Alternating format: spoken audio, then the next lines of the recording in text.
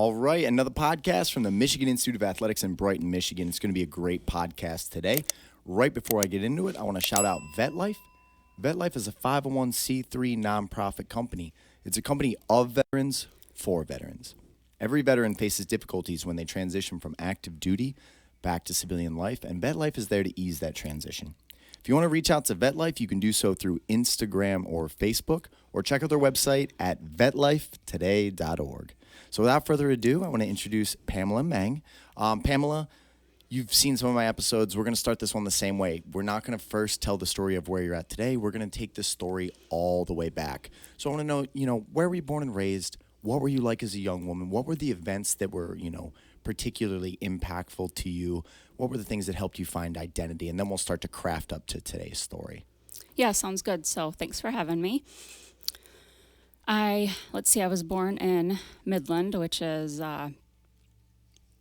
middle part of the state, I guess, Tri-City area, Midland, Bay City, Saginaw. Born and raised in that area. Was born to a single parent, single mom, very, very young mother. She was 21. She had me at a time when she probably shouldn't have been having a baby. She had a lot of support from her mom, my grandma, and she had her sisters around as well. They all kind of rallied around to help take care of me. So I was born into a female pack.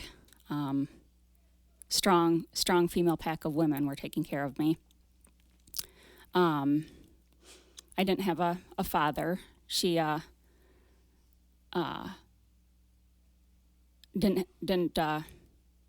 wasn't making good decisions at that time in her life. She was young. She was just not in a good time in her life, and like I said, she just relied a lot on her mom and her sisters, and so I was raised by strong, independent female women. Was in the Midland area again through elementary school, through middle school, and through high school. I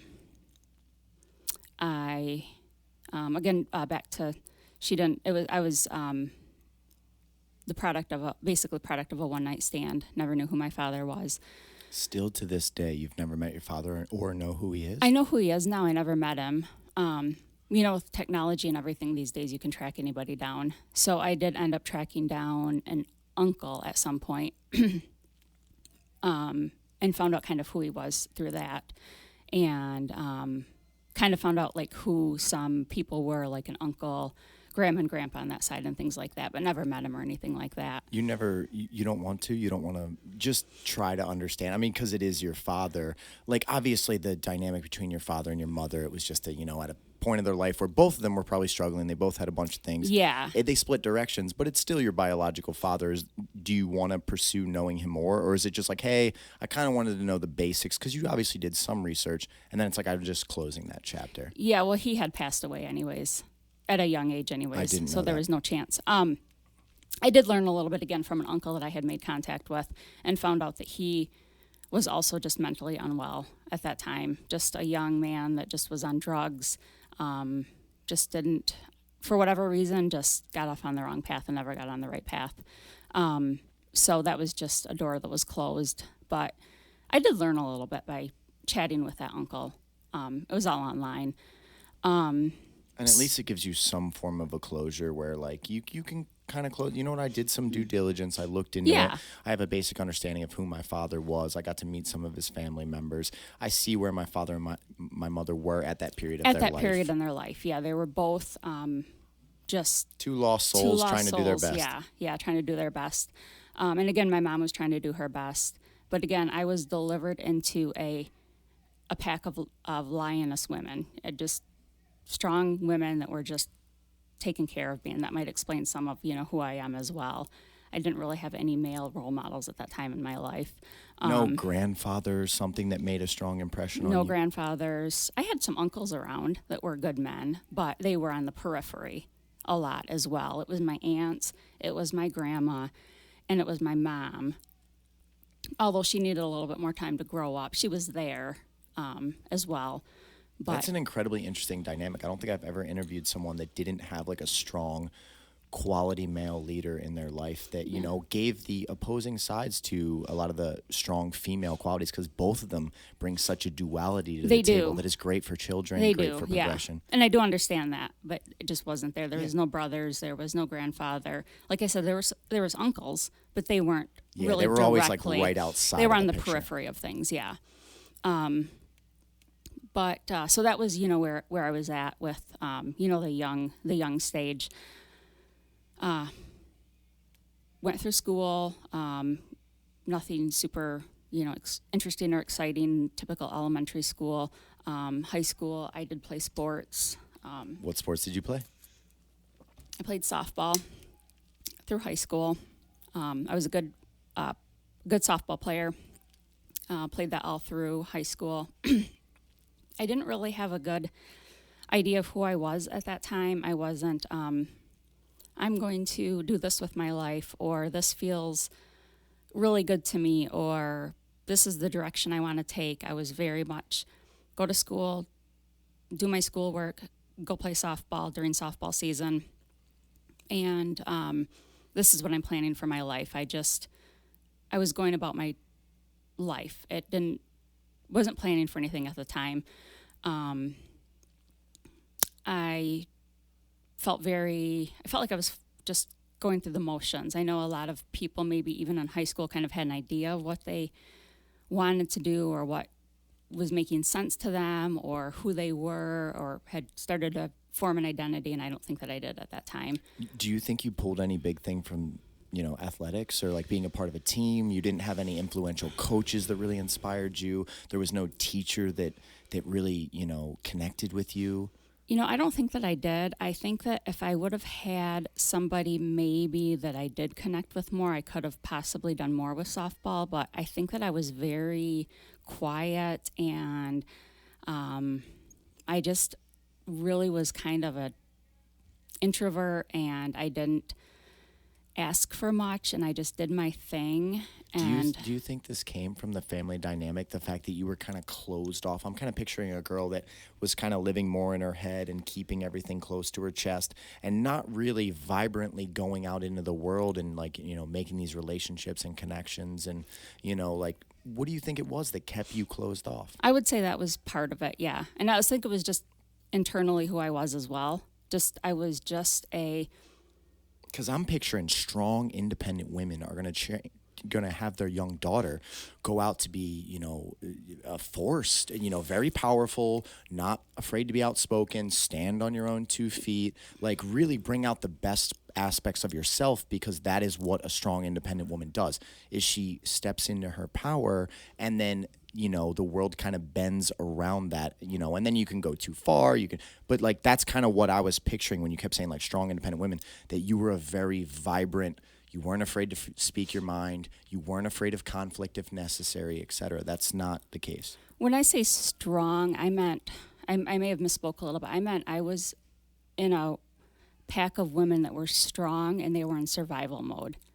It wasn't so much independent. They were women. More about perseverance. Perseverance. They were all in survival mode, and they were strong, and they were in survival mode. That makes sense. Yeah, it wasn't necessarily like independent, like go get what you want, we're going to run the world. It was, we are in survival mode, and we are going to survive, and we will do whatever we have to do. So it wasn't so much of that aspect. It was like, we have had some bad hits, and we have had some life things going on, and we have to figure out a way to get through it. It was more like that type of thing. I understand it much more clearly now. So, yeah, so through high school, I was more of just the kid that got up, went to school, did her homework, went to softball, performed extremely well. I was really a pretty incredible athlete, but I didn't have anybody that was there pulling the very best out of me. I wasn't the type that was, you know, on the field that was making the noise. I was the one that was going to do every solid, good play, but I wasn't the one that was going to be getting all of the attention, having a coach that was going to be grabbing onto me, things like that. So it was just every day I was there. I went through all 4 years of high school. I played varsity ball. I got my schoolwork done. But I didn't have the internal motivation to think, am I going to play ball in college? Or, and I didn't have somebody on the side thinking, girl, you need to go play, college ball. Let's get you ready, to push me to do that kind of thing. So do you think that might have been the missing dynamic that you could have got from a father? Like, because the father might have been like, listen, you are good enough to play college softball, and we're going to practice. We're going to make the right connections. Like, we're going to get you there. Or the one coach that says that right. same. Yeah, I think that was the missing piece. I think I probably could have played if I would have had that missing piece. Well, yeah, if you're saying I was a great athlete, I could keep up with the people around me. I just didn't have the vision. A lot of the times, if it doesn't come internally, you have that one supporter in your life that they almost build you up to the point where you accomplish it first, almost because they believe in you, and then the self-belief comes back. Right. Not talking like Michigan State or U of M, but more of like a. Yeah, but still play ball in college somewhere. Right. Yeah, I was good enough to do that, but didn't have that like missing piece there. So after high school, I just went to college because that's what you did. Again, I just didn't really know what to do with myself. I hadn't formed like an identity yet. So I just started going to college at a community college, started taking classes and kept taking classes. Excuse me. Get a drink of water. No problem. And kept taking classes. And I thought, what do I want to do? Okay, I guess I'll be a teacher. So I kept taking, classes for teaching and transferred into a university, Saginaw Valley State University, and graduated from there, which included student teaching. So I did that. That was like a semester where you're in the school with a teacher. And I hated every second of it. Every day that I went in there, I was like, what am I doing here? I don't like this. Do you know why? I didn't like the planning lessons. I didn't like the actual like teaching of children. I didn't really know how to like break it down right. I didn't really like having children crawling all over me. Nothing. There was nothing about it that I liked. But at that point, I was so close to graduating. I just kept doing it. Because again, I just didn't know what to do with myself. I didn't know what I loved, what I liked. I was literally just going along with a plan that I already had. I didn't even know I could change at that point. I hadn't even discovered that you can do different things. I was just finishing what I started. So I did that. Graduated, started working at a job around the same time I was getting ready to graduate, waiting tables, and at the same time, around the same time, I met who would become my future husband, and we got married. Time frames are weird. Sometime around 2000, we got married in 2004. I had graduated. I never started teaching, and we moved to Howell.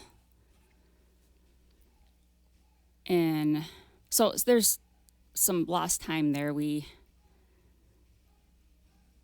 were we doing? No problem. Take your time. That's okay. He was working. We worked in the restaurant for a while. He was a sushi chef.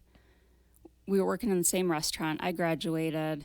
And then we started planning for him to open a restaurant, which he did. He opened a restaurant down here in Howell. That's awesome. We were doing a lot of the planning in Midland.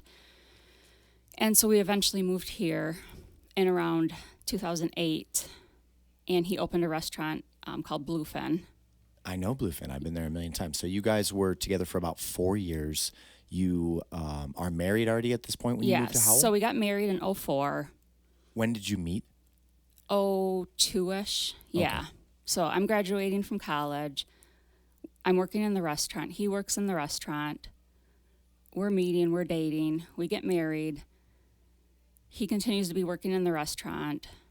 I'm doing something. I don't know what I'm doing. I think I'm working in the restaurant. I'm finishing up graduating. He's making plans to open this restaurant. And then we end up down here. He opens the restaurant in '08. And yeah, so we also had a baby in '06. So the three of us ended up down here. He's working in the restaurant. I'm home with a baby at this point. And you're trying to chase the American dream. I mean, you got your family going. You have a child coming into the mix. He's trying to launch a business. I mean, that is a difficult thing. There's a lot of we got a lot of different tons on your plate. Things going on, right? So I never ended up teaching at all. I was like, oh my gosh, I got that degree. That all got pushed off to the side. Plus, you can always go back to it. You know what I mean? You got Right. a child coming into the mix. Your husband is trying to launch a company. You guys are trying to build this thing together. Right. It's a good part of your story. Right. So I'm kind of helping out in the restaurant here and there. I'm taking care of, mostly home with the baby at this point. He's really, busy getting the restaurant launched. And we're going about doing our thing, trying to get off the ground. And we're in a new city and all of that stuff. And a couple years goes by just, working hard, doing all of that. And we have a second baby in whatever year, '09. So I've got a couple little ones at this point. I'm mostly home with babies at this time. Still helping out a little bit in the restaurant here and there, doing some bartending, whatever type things. He's working hard at the restaurant. We're launched, for a couple years now. Business is pretty good. Would you say life is good at this point? It's pretty good. It's hard. I mean, you've got little kids. You've got, he's working a lot. It's very,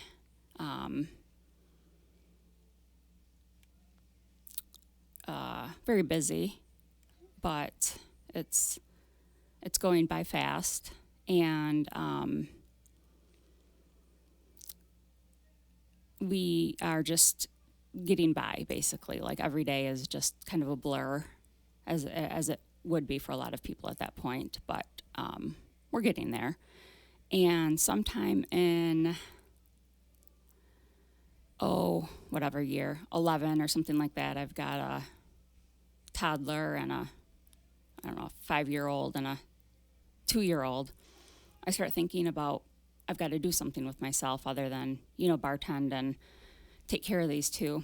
You wanted to, or you felt like you had to because of financial reasons? Like, I wanted to. Okay, you wanted to. I wanted to, yeah. I wanted to do something.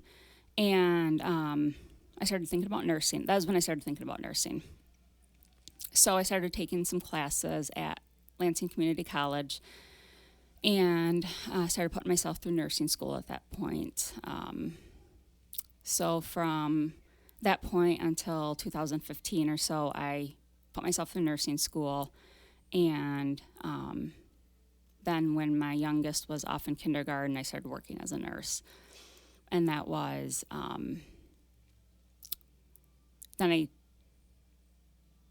finished nursing school and then started working as a nurse after that. And that was when I finally started to feel a little bit like, aside from a mother, I kind of knew what I wanted to do with myself for a career. So it was totally different than the teaching. It didn't feel foreign. You were like, I'm glad to be doing this. I'm glad to be doing this. You wanted to be helping people. Correct. Yeah, I finally felt like this is something worth pursuing outside of,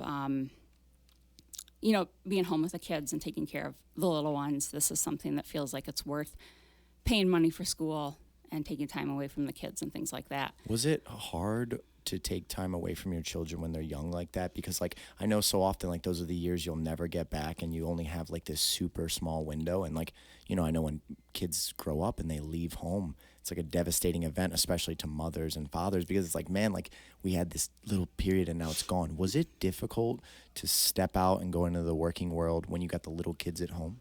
So when I first started taking the classes, some of them were, when they were littler, a lot of them were online and I could kind of take them That's slowly. Awesome.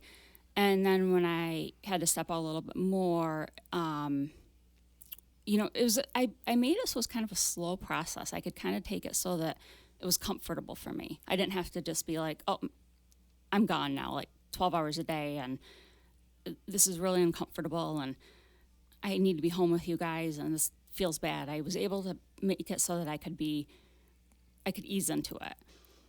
Sometimes there's moms that have babies and, they're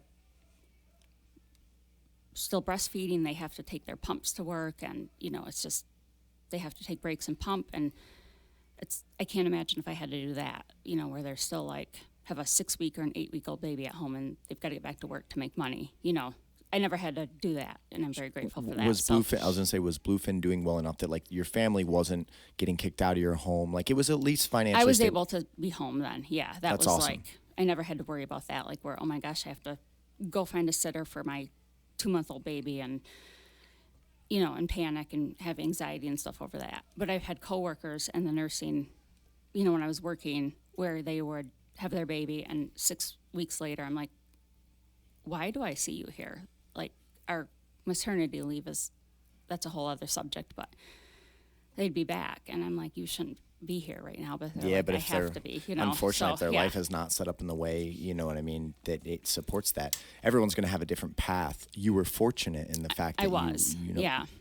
But it would, I would think to myself, we shouldn't be set up, the entire country should not be set up that this person has to be here, already when they have a baby that's 6 weeks old or whatever. Like, I would expect that, their parents or someone close to them in their life would step up and help with those responsibilities. I mean, not that it's theirs. It's not your parents' responsibility to take care of your child. But you would think that, like, there's going to be compassionate individuals around that are close to them that are like, hey, we will help out on this. You know what I mean? Versus, like, having to do it all on your own. Obviously, you probably build extreme character, extreme resiliency, but it's probably so difficult. You know what I mean? Like all of those stressing compounds into one mixture like that. Yeah, well, and it's also more of like the company that you work for is not giving them enough time off more than anything, They can't just take the time off? Well, they can too, but they should be able to like comfortably take more time off. Other countries will give women. Sure, yeah, that's a discussion that's definitely worth having. Like, how much time should a company give, to a mother? Now, what if she's going to have 7 children in a row? What if we decide the timeline is 8 months that we're going to give you paid time off and the woman's going to have 7 children? Right.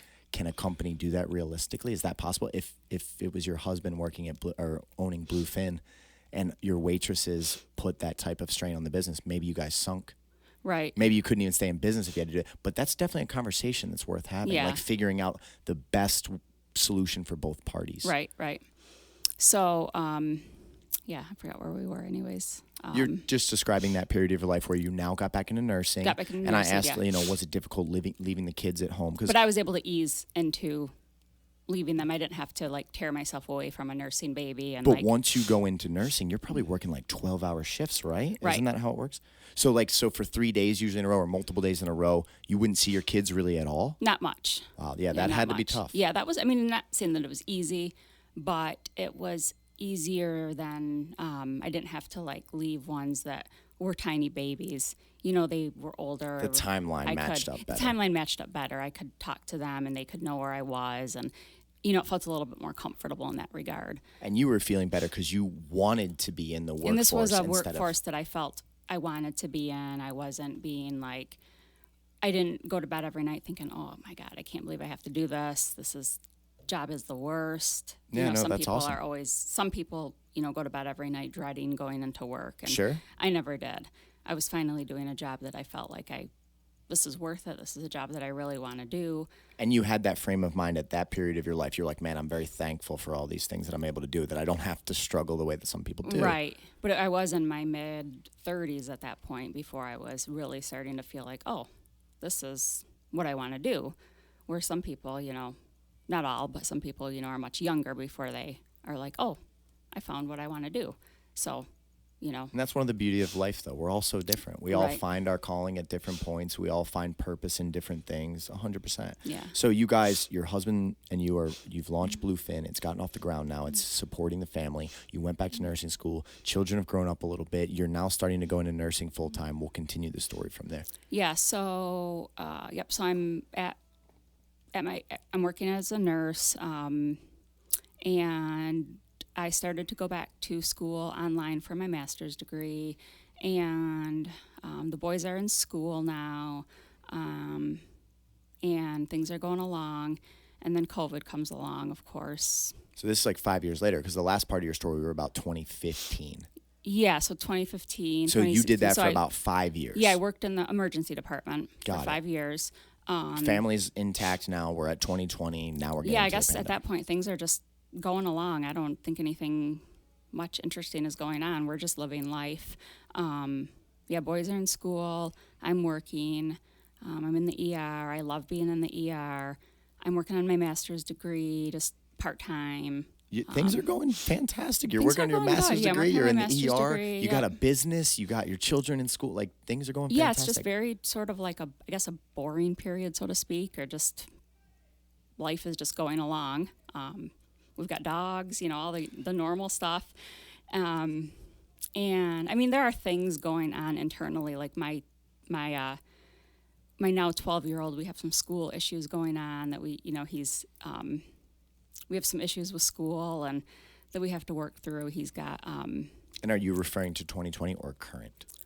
prior to Okay, that, cool. like when Yeah. the boring During period. that period, yeah. the boring period where he's having There's some no trouble with school major and disasters. no You major just have a couple disasters. things We have that some you- things within some things within school where I homeschooled him for a little bit here and there, and just some internal family things like that. But in general, we're just like Right before going along. we go forward, what made you decide to homeschool? I'm always fascinated by that choice. Oh, he just school just wasn't going well. He has ADHD, and we tried out some medications, and they just didn't seem to be working. And I was able to be home most days because I was working part-time and doing my master's degree part-time. And my mom was around to help out, and school just wasn't going well. And he was in 3rd grade, and I'm like, Can you put your finger on why now that you look back from it's 7 years later. When you look back, do you have any certain reason why school wasn't really dialed in for him? he was bored. The days were long. I mean, the education system in this country is difficult. I struggled tremendously in school because it didn't engage me. I didn't care. He wasn't I don't want to learn the engaged. information. Yeah. I'm very incredibly thankful that I wasn't medicated as a child, because if I would have grown up like we grew up now, they would have diagnosed me with all kind of attention deficit. It's just I didn't care to learn the information. I can learn subjects incredibly fast when I want to learn them. You know what I mean? But thank God I wasn't put on medication or anything like that, because there's nothing wrong with my brain. I wasn't engaged with the system. Right. I mean, to be quite frank, a lot of the stuff is very boring and 100%. You went through schooling too. Yeah. It's very monotonous. right. And there's a lot of in elementary school they spend a lot of their days like doing nothing. Like the teacher's too busy gathering the class, and then they by the time she gets everybody gathered up, then they're time to go to the next thing, and then she's too busy getting everybody to stand in a line. And I mean, it's probably a really difficult dynamic, and you got to see that firsthand. You were almost a teacher. Imagine Yeah. trying to take 25 kids from different families, from different belief systems, from all different levels of structure and personal responsibility, and throw them all on you. Now you have to make sure all of these kids get in alignment and learn this topic. That is a difficult thing to do. yeah, so I just said, you know what, you're whatever. I think he was, I don't know, 3rd grade, maybe 8 or something at that point. And so I just pulled him out and said, let's just homeschool for a little while. You're 8. We can just do this for a little bit. So we just homeschooled for basically until COVID hit at that point then, because then everybody was at home. So, because he was miserable, and I don't think there's a reason for him to be miserable at that point. And so, yeah, he was home for a little while. We did fun learning, like what's fun at that point. That was when he started skating, actually, because he could move. He needed to move his body more at that point. So we would do like flashcards while he was like on his scooter. Like I would hold up a flashcard, and he could be like moving his body and answer his flashcard and things like that. So yes, we did some of that, and then COVID hit, and he was virtual anyways. So he's back in school now. So COVID comes along, and you're hearing 2020, and March comes along, and you're hearing about it on the news, and I'm in the ER, and I'm like, nobody really knows what's going on. I'm talking with my coworkers, and we're like, this is weird. Like, what is this? What's going on here? We hadn't seen any of it yet in the ER. even though it was all over, the news and everything. And then on whatever day, everything was like getting shut down. I come into work the next day, and they're handing us all of this equipment, like these big pappers and everything, these like alien-looking machines to put on, and nobody knew how to use them and stuff like that. And we were trying to figure out how to use all this stuff, and nobody knew how to use it, and we weren't using it correctly. And you guys just got blindsided, right? We just were blindsided, yeah. We didn't have enough of the equipment, and we didn't know how to use the fancy equipment that like was supposed to like put the air into the helmet and like stuff. You look like you were walking on the moon. And it was a major fear response because no one really knew, right? Everyone was terrified of this novel thing that you had heard about on the news. I mean, because nowadays people act like, especially as of now, that people are acting like it's, you know what, the CDC says whether you're vaccinated or unvaccinated, it's the same immunity. Don't test people without symptoms. But that's not what it was like in 2020 in March. And we're always going to be able to capture what it really was like. And in the history books, they'll probably read something different. Everyone was blindsided. They had no idea what this thing was actually going to be. And there was a lot of like over precaution, which makes sense. It's like you want to make sure you're on the forefront of caution so you're not wrecked by not being cautious enough. Right. So in the beginning, so in the beginning, I get that nobody knew. We were all like, what the heck? Like it's a virus, and typically this is what you would do with a virus. And which, let's just state what that is. Not very much. I mean, we knew that growing up. Typically it would be, supportive care. You support the body. Right. And what responds? Your immune system. Right. That would be the normal. That's what you would do. So, on March 4th or whatever, I went into work and I didn't have a mask on, and I was covered in everybody's bodily fluids, and like I normally would be in the ER. And then on March 5th, I went in, and they're giving me these things, and I don't know how to use them, and I don't know what's going on, and, all that stuff. And like, this is like, what's different between March 4th and March 5th here? Like, this is weird. You had some questions. I had some questions. I was very skeptical in the beginning, even like as a nurse, and even with Governor Whitmer's, stay-at-home orders in the beginning. Like at work, so in the hospital, then we had all of, Which hospital were you at? I was at Ascension Providence in Novi. So we're there and we're working, and we get mandated extra shifts, and we've got all this stuff going on, and they're giving us extra money for childcare because they're like, you have to work no matter what. So you have to find somebody to watch your kids, and they're giving us one N95 mask, and we have to save it and reuse it, which doesn't make a lot of sense. And not at all. They're giving us our pappers. These are these machines that you put in and you hook it up to oxygen, and all of these things. And then we're just like waiting for these COVID patients to come in, and there's like no COVID patients coming in, but we're getting like pizza dropped off to us and like all this food, and we have people like lining up the streets like cheering for us, and we're like, this is really weird. And we're just still like waiting for the sick COVID patients to come in, and they're not showing up, and like we were slower than ever. And so our hospital in particular was a little bit, we didn't have a lot of COVID people coming in. We did have them. Our sister hospital, Southfield, got very hit with COVID very hard.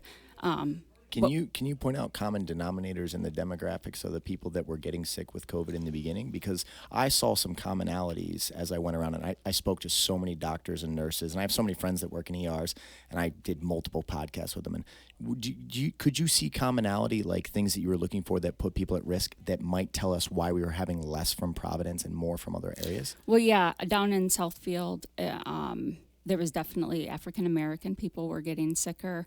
And people that already had comorbidities, such as like diabetes, hypertension, obesity, things like that. They were getting hit. So it was harder. hitting them hard. Mm-hmm.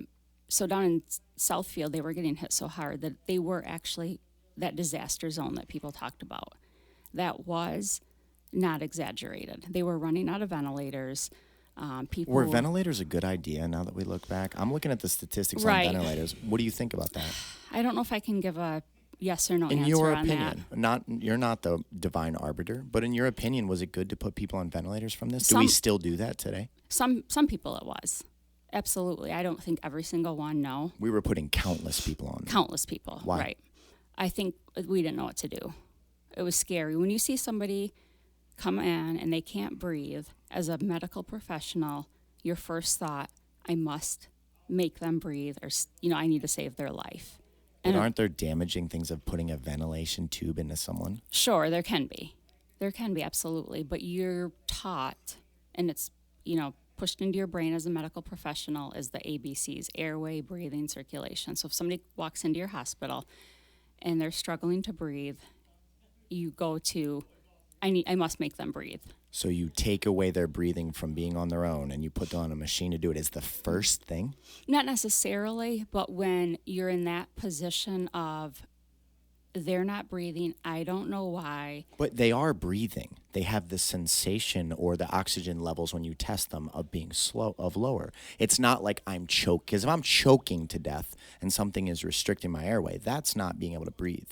It's more of that lightheaded sensation, oxygen levels lower, things like that, right, when we're saying this?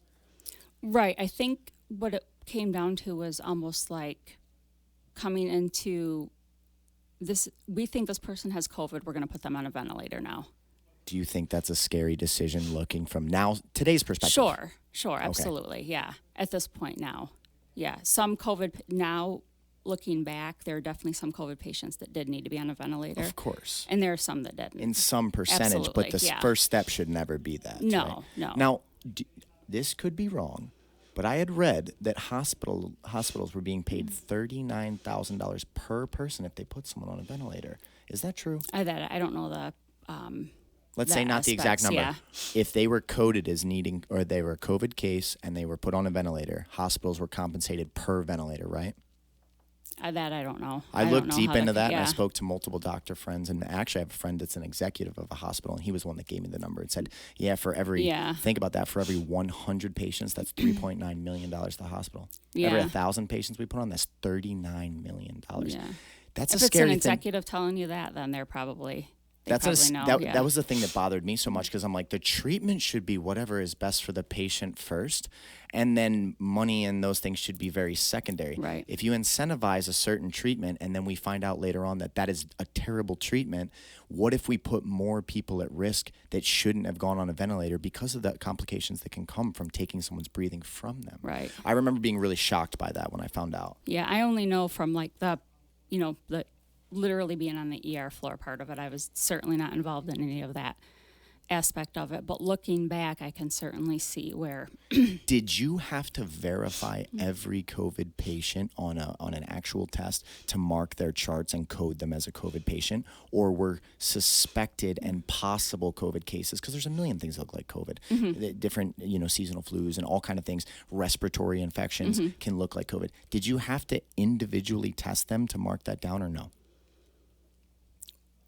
So I didn't code anybody. Oh, you didn't do coding? Mm-mm. Okay. I didn't do any I've coding. interviewed a couple people that have done coding, and they've given me the same answer, So- but I always ask. Yeah, different nurses, I guess, depending on where they worked and what their level of responsibility was, have done some coding. I didn't personally do any. And you're not aware of how the process was done? Okay. Nope, definitely not. But, yeah, I know because I can see how certain, equipment and different stuff could be tied to finances, but I was definitely just on the front line doing that kind of stuff. I had no ties to And any you're of just the- trying to do the best you can for the people. You don't say, hey, with what I'm given, with the knowledge I have at this current stage, I'm trying to treat people correctly.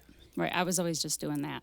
And that was another thing about COVID was we got to the point where once, some time went by, and then we had the stay-at-home orders, and then that started to trickle into the hospitals where, and I can't remember it off the top of my head now, if the no visitor order came from, where that came from. Was that the hospital making that decision, or was that the governor telling us? I thought that came from the governor, Right. because I remember that order. That ended up turning into family members dropping off a sick person, COVID, maybe a COVID person, at the door, being grabbed by somebody at the door in a wheelchair being brought back to us, and we would take care of them. And then that family member just being left out in the dark after that. That is such a terrible, like, when I think back to that, the way that people were treated, the fact that so many people died alone, or that so many people didn't go to see their grandparents even though their health was failing because out of the fear of this thing, that is such a devastating moment. Like, because I'm going to say it right now on the podcast, I don't care at all what the law says. If you were my mother and you were in the hospital and there was a chance of you passing away from COVID, I will walk right by. I'll go to jail after, and that's fine, and I'll pay the fine. I will walk right past the hospital security staff to see my mother. I don't care if I'm at risk and my mother would want to see me. Right. I would not allow that separation. I remember when we went to that period, it was a very dark time because you think about all those patients that are struggling, that are terrified, that were left alone. You know what I mean? And yeah, they have the nurses that are trying to make them feel better. You'd want to see your son. You'd want to see your family. You'd want to not go out alone.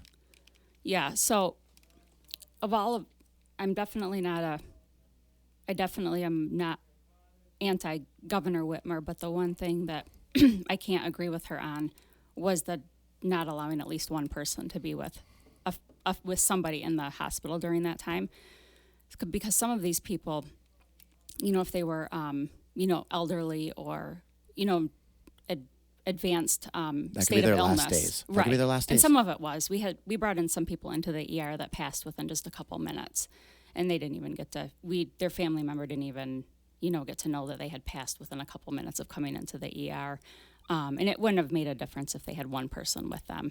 And the people were always willing to put a mask on. It might have made a massive difference to that person, that in your last moments you could be with your family. Yeah. And then that was the other thing, is that they would get tossed into a room and then the door shut. And then, because nobody really even wanted to go in the room if it was COVID. Even the staff, some of the staff was a little bit... Some of our nurses and doctors would wrap themselves up in this, like put themselves in all kinds of masks and gowns and wrappings, and didn't even really want to go in the rooms like in the beginning, the first couple months when they didn't really know what COVID was. They were being a little bit overprotective, unsure of what the virus was. And were you like that way too, or were you more empathetic? I was not that way at all. People? I took care of the patients. I was in their rooms. I was doing everything I needed to do, but I was only one person also. So I made sure that I was in the rooms taking care of everyone, but not all of the nurses and doctors were like that. But I couldn't get family members brought in, even if I was trying to do that, or if I was trying to sneak family members in, I couldn't do it. And there were times that I tried, like this person needs to have a family member here and things like that. Or having them like talk on a tablet or something like that, Anything. So anything, yeah. I think up in the ICU, maybe if somebody was like going to pass away and they knew it, maybe they were able to get a family member up there. I don't know, because I wasn't up there, but I know in the ER, even if they weren't going to die and they were sick, get a family member back there. It wasn't going to spread COVID. We've dropped that, right? We've dropped that now. Like we let family. Yeah. And then that lasted for a while, and then we dropped it for a while when COVID went down, and then COVID cases would pick up and they would bring it back up again. And I get it that we had to learn exactly what was going on, and we had to get a grip on things, and we had to get the information to come in, and I get all that. I understand caution. I don't understand madness of like not letting people see their family members. First of all, if that's your son or daughter, let's say your son was in the If it was a hospital pediatric, there was always one parent. Oh, they would make an exception. For under 18. That was the only way. But now the kid can't go see their mother dying? Not if it was... If the person was over 18, they would not let another person in there. That's madness. It was madness, literally. Yeah, so I've never seen anything like it before. It's insane you had to live through that from such a firsthand account, because that had to weigh heavy on your spirit and just on your soul. Like witnessing these people, this is like a subhuman treatment to be deprived of seeing your family. I have to be honest. Yeah, that was like nothing I've... And it was coming down above you, because I guarantee you a lot of people at the ground level probably felt the way that you felt. But a tyrannical approach, even if it was under caution, had forced you to operate under a system that you knew wasn't right. Mm-hmm. You know what I mean? You're like, these people deserve this, and we should be giving it to them. That's where authority can get real wishy-washy, because if they just put a blanket statement over people and then you're witnessing the firsthand account of that, it's terrible. They could have very easily said for now we need to have just a one 100%. a one visitor. Even one is right. okay. But you need to do something. Yeah. 100%. That really bothered me very deeply about the pandemic. And the other thing that bothered me very deeply is once we figured out the people that were at the most risk were comorbidities and the elderly. But the elderly are more at risk for everything, right? But Governor Whitmer did send COVID positive patients back into nursing homes. This is extremely well documented. I was speechless by this. Before 2020, I'll make, I don't know if all my followers know this or not, I had never voted in a single election ever. If you look at my record, I've never voted one time because I'm like, listen, politics is an ugly game. I don't know the people on the left. I don't know the people on the right. I'm going to do the best I can for my community. When I witness some of these things going on, I'm like, this is madness. There's no way. How do you look at the most fragile demographic of the people that can lose their lives the easiest and support policy to not only allow it to happen, to force it to happen? How do I justify that? As a man that has never been political in my entire life, it made me go, how do I explain that? You know what I mean? And that those were the two things. I'm glad we're talking about this because those haunted me from the pandemic. I'm like, this is tyrannical in the approach. Yeah, I didn't follow the the COVID elderly going back into the nursing homes. I wasn't as if you look into it, Pamela, you're gonna tied to that one as much as the hospital. But you know, visitor policy. You're gonna know better than anyone that the elderly with comorbidities were at the highest risk. So imagine a nursing home where your mother, your father, your grandfather is. Patients being sent back that have it, that are positive, that it's now going to wreak havoc on that. If you look at the death statistics that came from the nursing homes, it'll break your heart. Okay, that one I didn't. I wasn't as involved. You weren't in that hands-on one, on yeah. that. But imagine, I mean, that's the same type of lunacy where you were like, we have to let someone go in. Imagine being at the nursing home going, no, we can't do this. But it doesn't matter. The authority came from high up and it spilled down. Were they keeping them in a separate? They were putting them in the same facility. The air is not going to magically, you know what I mean? It's the exact same facility. So they were positive and being sent back to the nursing home. Oh, that one I know about it, but I didn't look, deep into that one. Don't unless you want to go be upset. Yeah. Otherwise, we all just need to learn from this experience and do better in the future. So after that initial round of madness there, I even posted on Facebook. I said, if your family member is going to die in the hospital, you will not be able to see them. I was letting people know that. That's extremely brave of you because I'm sure a lot of hospital staff didn't appreciate that you were putting it out there. But at the end of the day, you were trying to do the right thing. Yeah. And then I've had a lot of perspective change on things. I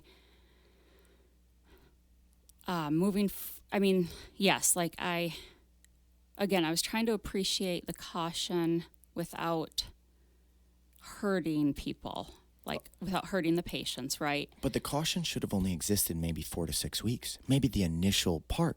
After that, it was clear that we were going way too far. Right, and I got that as well. At home, I was like, I am not social distancing anymore. I'm not. I think even on Facebook, I think I put something like that. I'm going to do things and, kind of I was being a little bit whiny about it. I'm going to see, my family's like, no, you need to be careful. You're a nurse. You should know better. But as we moved forward with COVID, we got past that initial, we kind of learned more, right? And we're still in the lockdown and it's loosening up a little bit. And then I think the vaccine... That didn't come till 2021. Yeah, that was later. So we're going through the lockdown maintained all the way through the summer and the fall because as per the governor, I was supposed to keep my business shut down for 9 months. Yeah, maybe my timing is probably. Yeah, so I closed this on March 16th because I was like, oh my God, this is unbelievable. I was in the same stage as you. I shut the gym down for 6 weeks. Okay. But then all I did was call every person in my I have a massive network. So I just started calling people just like you. Anyone I knew in the ERs, the doctors that were looking at it firsthand, state representatives that were getting information directly from the state. I was like, I need to figure out what's going on. And then somewhere around May, I had the exact feeling as you. I go, wait a second. okay, we are really stretching. Obviously, this is a serious thing. Viruses can be serious. Throughout human history, there's a lot of examples of this, but we're going too far. We're going too extreme. We're going too authoritarian or totalitarian. So I challenge things. Right, okay. I open back up. If I had not done that, the Supreme Court ruling didn't come till much later in the year. The governor would have kept me closed until November of 2020 would have been when I was allowed to just open at a minimum capacity.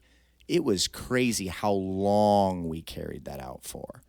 So, yeah, okay. So that whole summer we were still... It wasn't until the very fall, end of the fall, into winter. Yeah.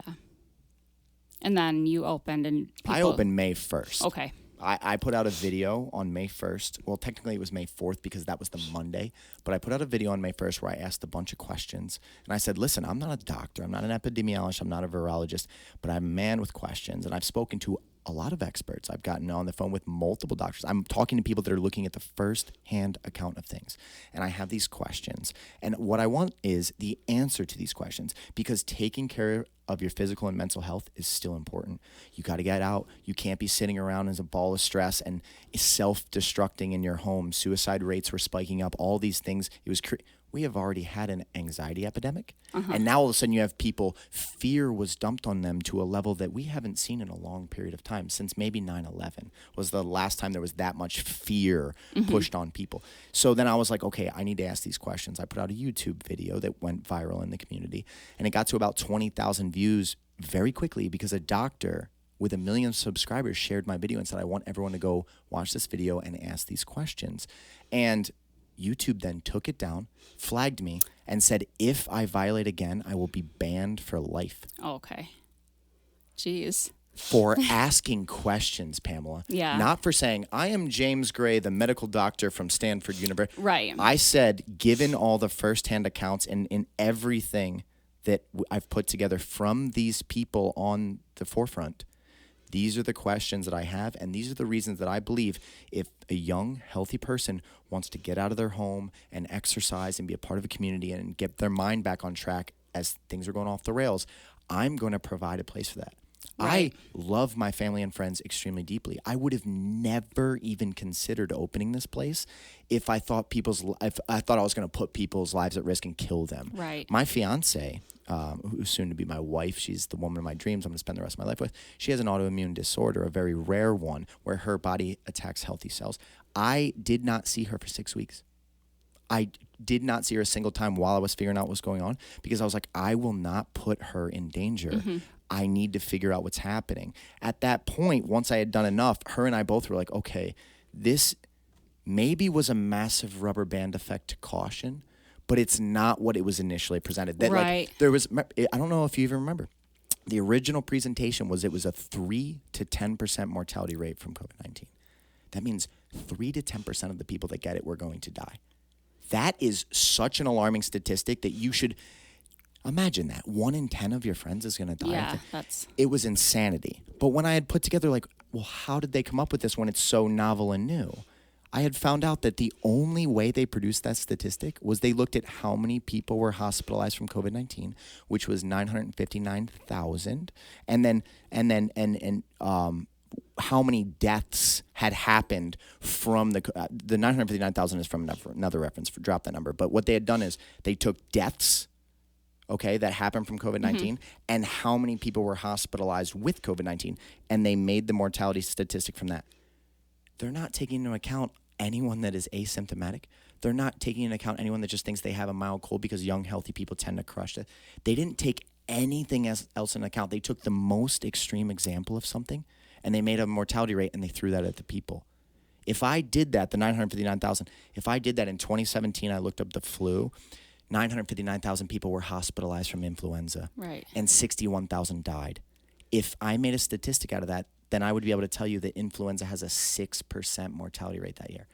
That's delusional. It's not even semi-close to 1%. But if I presented statistics incorrectly, I could scare the Jesus out of anybody, right? So when I started to realize they had done this, and I go, okay, the top experts in the world, they know how to report on a virus. We've had 60 years of experience with coronaviruses. The only reason this is novel is it's a new strain. Every year of influenza can be a novel strain. So why is there this massive panic? And it's not like people like you and I were just trying to do the right thing. The experts at the top know these things. They don't think that this novel coronavirus that has never existed before just magically came up. They know how to report statistics. They know how to create mortality rate. Why were we presented such an illusion? I've never gotten the answer to that question. Yeah, I don't know why. I mean, I know there must have been, I believe there was something different about this that created something different about this virus. I don't think it was just like presented to us to make people panic. I do realize that the coronaviruses have been around for ages, and this was just a different strain. And it was a bad strain. It was a rough strain, for sure. But we also have a much older demographic. Look at baby boomers and all the people that are elderly now, and we have a more fragile population. Obesity rates in this country have gotten worse and worse. Sure. I mean, the health of this country is in the tanks. Probably because of our nutrition and our lifestyles. So overall, maybe it was a perfect storm. But still, the presentation, did people at the top know how to give information?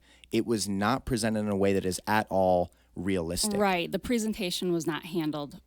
It was handled to induce some panic. Why? It wasn't. I don't know if they just didn't. That I don't know. That is such a question that I want to find the answer to. Yeah. Why would you do that to the people? Because you put 35 million people on unemployment. You absolutely massacred people like you and I, middle class business owners, like your husband that launched Bluefin. People like that got massacred. The big companies, Amazon made the most profit ever. Walmart was open. I could go to McDonald's, sit in line with the same people while they could have COVID in there working with my food. I could get a McDonald's cheeseburger, go to Walmart, shop in the same closed air environment as everybody else, but I wasn't allowed to go to the gym or be outside at the park training in place. That's lunacy. That's madness. There is something causing that type of action because otherwise no experts would support that. Social media has I think so. The way that social media is right now portrayed some of this panic and the way that, I agree with you. I think social media can be such a plague. Was a big factor in how this all came down. But it came from the top down, Pamela. Yeah. It wasn't us on the ground level saying, create panic, don't let people see their family members, shut all the businesses down. Yeah, for sure. That came down from the authorities in power. I got contacted and threatened by the health department, the state police, all of these other things, executive order after executive order. It didn't come from us. No, yeah, it came from the top down. Yeah.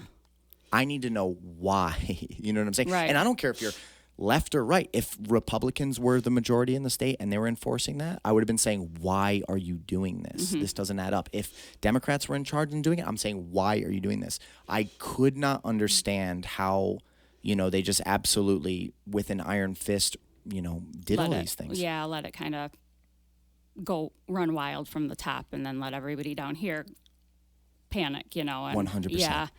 Yeah, that I don't know. But that is exactly what happened. It turned into a complete disaster of panic and misinformation and anger and people walking one way down an aisle at Walmart and they can't go the other way. Remember there was arrows on the ground? Yeah, I remember, yeah. I can't wait to tell people this in 50 years. They're not going to believe us. Yeah. There was arrow, like you could only walk a certain way down an aisle. You can't grab gardening supplies, but you can get an energy drink. Yeah.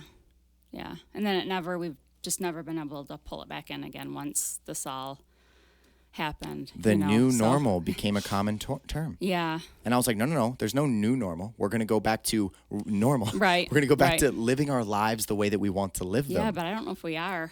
This is what it is now. But what has actually changed? At least maybe in your sphere it's different. In my sphere, you could not tell the difference between 2018, 2020, fall of 2020, let's say, and this year.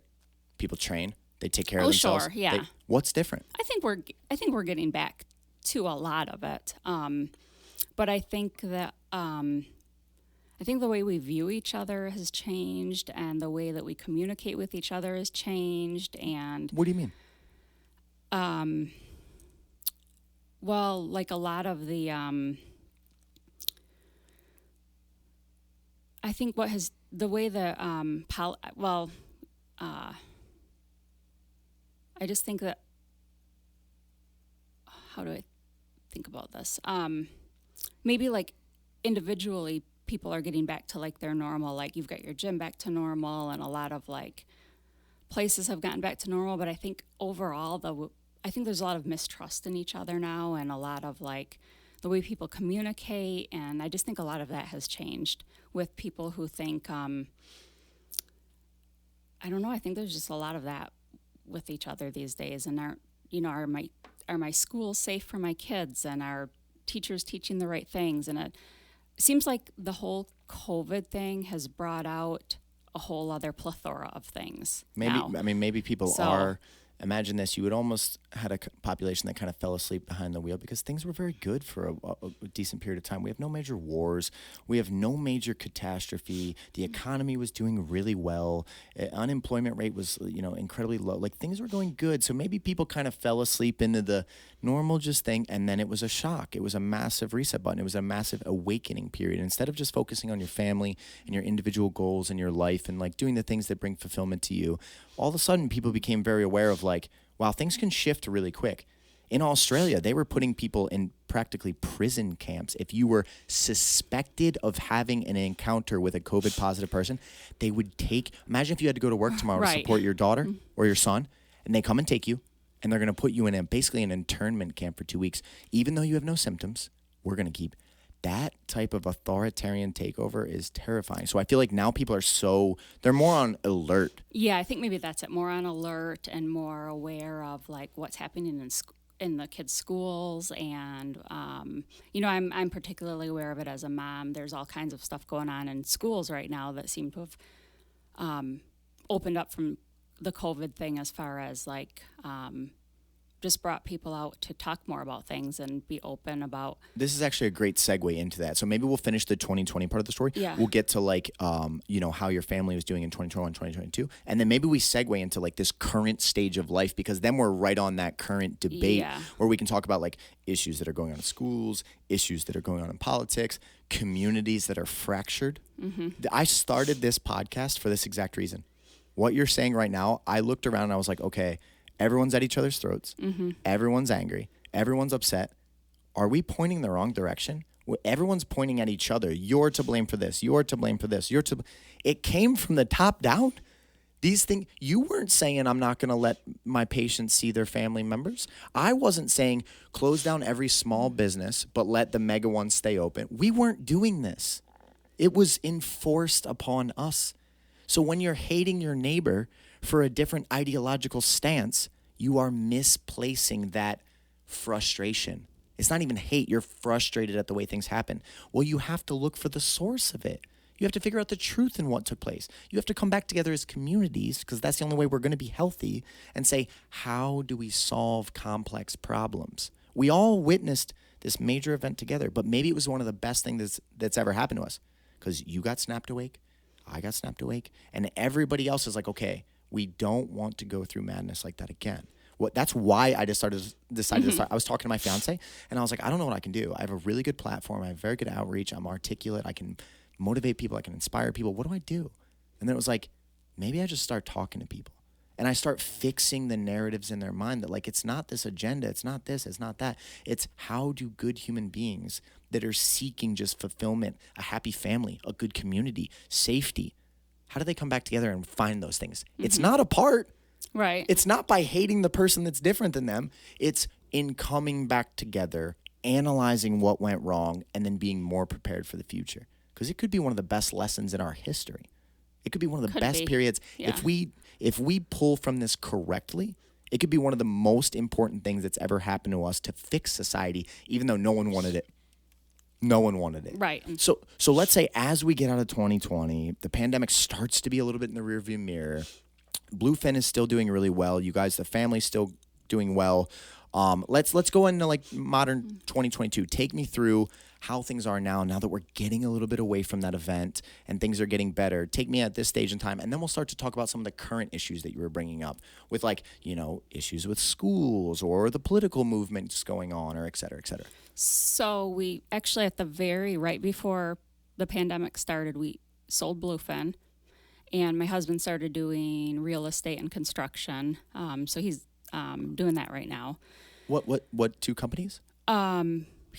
he works for himself right now. He's doing general contracting and real estate. Actually, he's working for Bible Construction. Oh, I know Nick Bible. I've known him for years. Okay. Yeah, he's working for them and doing some general contracting on his own. So that is super cool. Yeah. I've known Nick for years. Oh, okay. That's awesome. Yeah, he works with works with Nick's mom. I'm forgetting her name all of a sudden, but working with them and doing some general contracting on his own. What made him decide to sell Bluefin when it was like, did he build it from the ground up? We built it from the ground up. He was just getting like a little bit burned out in the restaurant business. It's a hard job. Not that this isn't hard. It's a different kind of hard, but no, it is hard. Yeah. I actually, I would not want to try to run a restaurant. That's incredibly hard. Very hard. He was getting a little bit burned out, and he's got some friends that are like in this other field, and they were wanting to kind of go in together and do that. So that's kind of how that came about. So we haven't had Bluefin since the end of 19, I think. Yeah, because then we were going into 20. So he's been doing that now. And that had to be a tremendous sale. Bluefin is very successful. It's a great restaurant. We love it here in the community. So he sold the business entirely. Entirely. Got it. Got his real estate license, got his builder's license, and he's been doing that now. Working again with Denise Bible over there at the with them and doing some general contracting. I was still over at Ascension and working on my master's, although I quit there in 21 to finish my master's degree. So that brings us to now. I just graduated this summer. Congratulations. I'm getting ready to take my boards. Thank you. And then I'll be looking for a nurse practitioner job. Got my boys. They're in school. How old are your boys now? 16 and 12. And they go to Brighton schools or Howell schools. Awesome. Yep. Yeah, so I think that brings us up to where we are. And anything else happen in there? No, I think that's it. The only other thing that I can think of with the COVID in there was when they dropped the vaccine mandate was the only other like COVID thing in there that. Yeah, and that was, they got rid of, during a pandemic. They lost a lot of. They got rid of nurses. They got rid of doctors. You were in the ER every single day helping the people through the worst part of it when you thought it was a 3 to 10% mortality rate. When we knew it was not even a fragment of that, they then said, if you don't comply with this, you are not going to work here.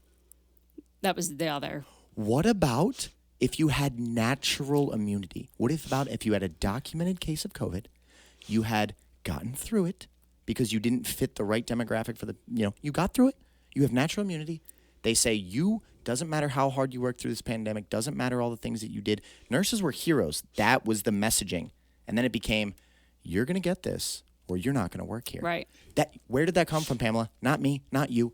The top down again. Yeah. Those are the things that drive me nuts because that is, again, you were asked to work through this crazy event and put your life on the line is what you thought you were doing to save people. And then they said, oh, you're one of those people, but you won't subscribe to our ideology. Have a nice day. Yep. That was another thing that I was speechless about. I brought a girl on the podcast and she told me the story and she had to leave. She, from the time she was a young girl from this community, wanted to just grow up and be a nurse like her mother. She wanted to save people. She wanted to make a difference. But she already had COVID, got by it with almost no symptoms. Like just fell a little off for a day. But she's a young, healthy kid. Got through it. Hospital got rid of her because she wouldn't get her vaccine. Yeah. And she was devastated. I tried to put that video online. YouTube took it down. Really? Oh, my gosh. YouTube took it down. Yeah, I spoke with some of my coworkers that were not getting it. And, we were like, I was asking, like, I was curious what their reasons were. The majority of my coworkers did get the vaccine, and some of them just didn't get any vaccines at all. They hadn't since childhood. Sure. Some just didn't get the flu vaccine, and they didn't want to get any annual vaccines. Sure. I don't. And some of my coworkers just said, nobody's going to tell me what to do. Well, it is your body, right? And it's your medical decision. Yeah. So it's like the enforcement of that is madness. Yeah. So that was just what some of my coworkers that didn't get it, that was because I didn't know what their reasonings were. Well, and at the end of the day, like, man, I support you 1,000% if you would like to get vaccinated for the COVID vaccine, influenza, and any other vaccine that you choose. That's totally on you. But like, if an authority then says, sorry, we're going to fire every one of your coworkers that don't subscribe to this, that had to be bothersome too. Yeah. Because I guarantee you had relationships with those people. You know them to be good people. You saw them give their best to the people around them. Didn't matter. Come from the top every down. single one of them either got the vaccine or left. Of course, you have no choice, right? Yeah. They didn't accept any of the exemptions that they had you file for. That happened to a couple podcasts ago. I had a woman on here named Dawn Garica. I think I watched hers. Was she the blonde-haired woman? She was an engineer. The engineer, yeah. Yep, she was an engineer for the government. Mm-hmm. Nope, sorry, you got to go. Yep. Fired her. Mm-hmm.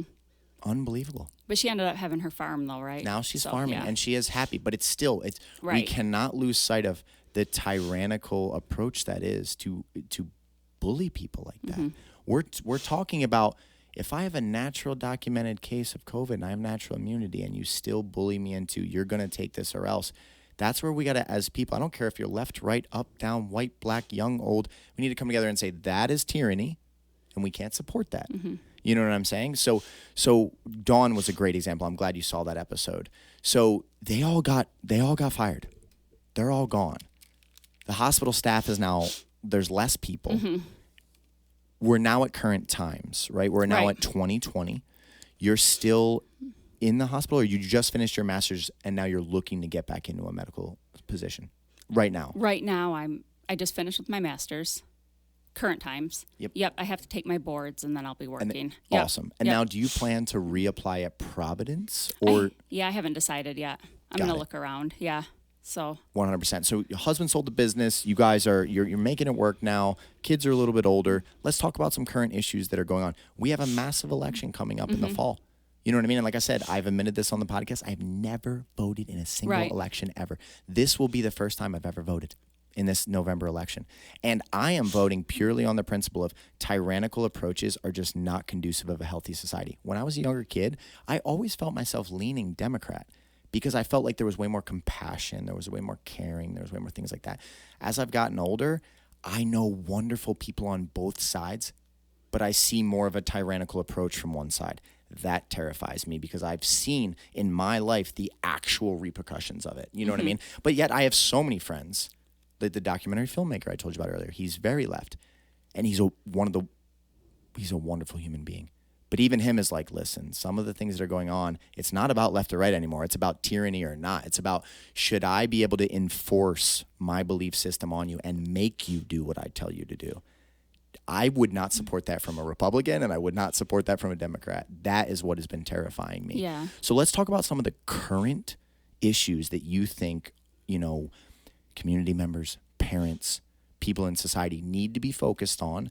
And one of the things we got to talk about on the podcast is the way that we set this up is I had shown my public support for a local candidate, and you were very upset by that. My idea with these dialogues is to really work for the truth in things and like why we have these opinions. And then the more dialogue we have, the more progress we will make to having healthier viewpoints, et cetera. Right. So let's start with the current issues that you think should be on the forefront of discussion for people. So one thing about COVID that we kind of touched on was how it brought up a whole bunch of other things. It seems to have brought out, it was almost like COVID brought out all kinds of things that people were upset about. All of a sudden now we've got the school boards that are bringing up, the issues with critical race theory and diversity, equity, and inclusion that were never really brought up before COVID had come along. They weren't there, or they weren't being challenged? No, they were there. They weren't being challenged. Okay, got it. Right. Yeah. So we've got that going on now. And it was like, let's work through that first. Here. Okay. Yeah, let's work through that first. I am really not knowledgeable at all on what critical race theory is. The last person that I spoke to about it adamantly denied that it was in our schools. Basically said it's not even there. There's no critical race. You're saying it's been there, but it wasn't being challenged like it is now. Now all of a sudden people are upset about it? Right, it's not there. They're trying to say that it is. Yeah. Okay, critical race theory is not being taught. It's not being taught. Okay, so then I don't even need to know what it is because it's not being taught.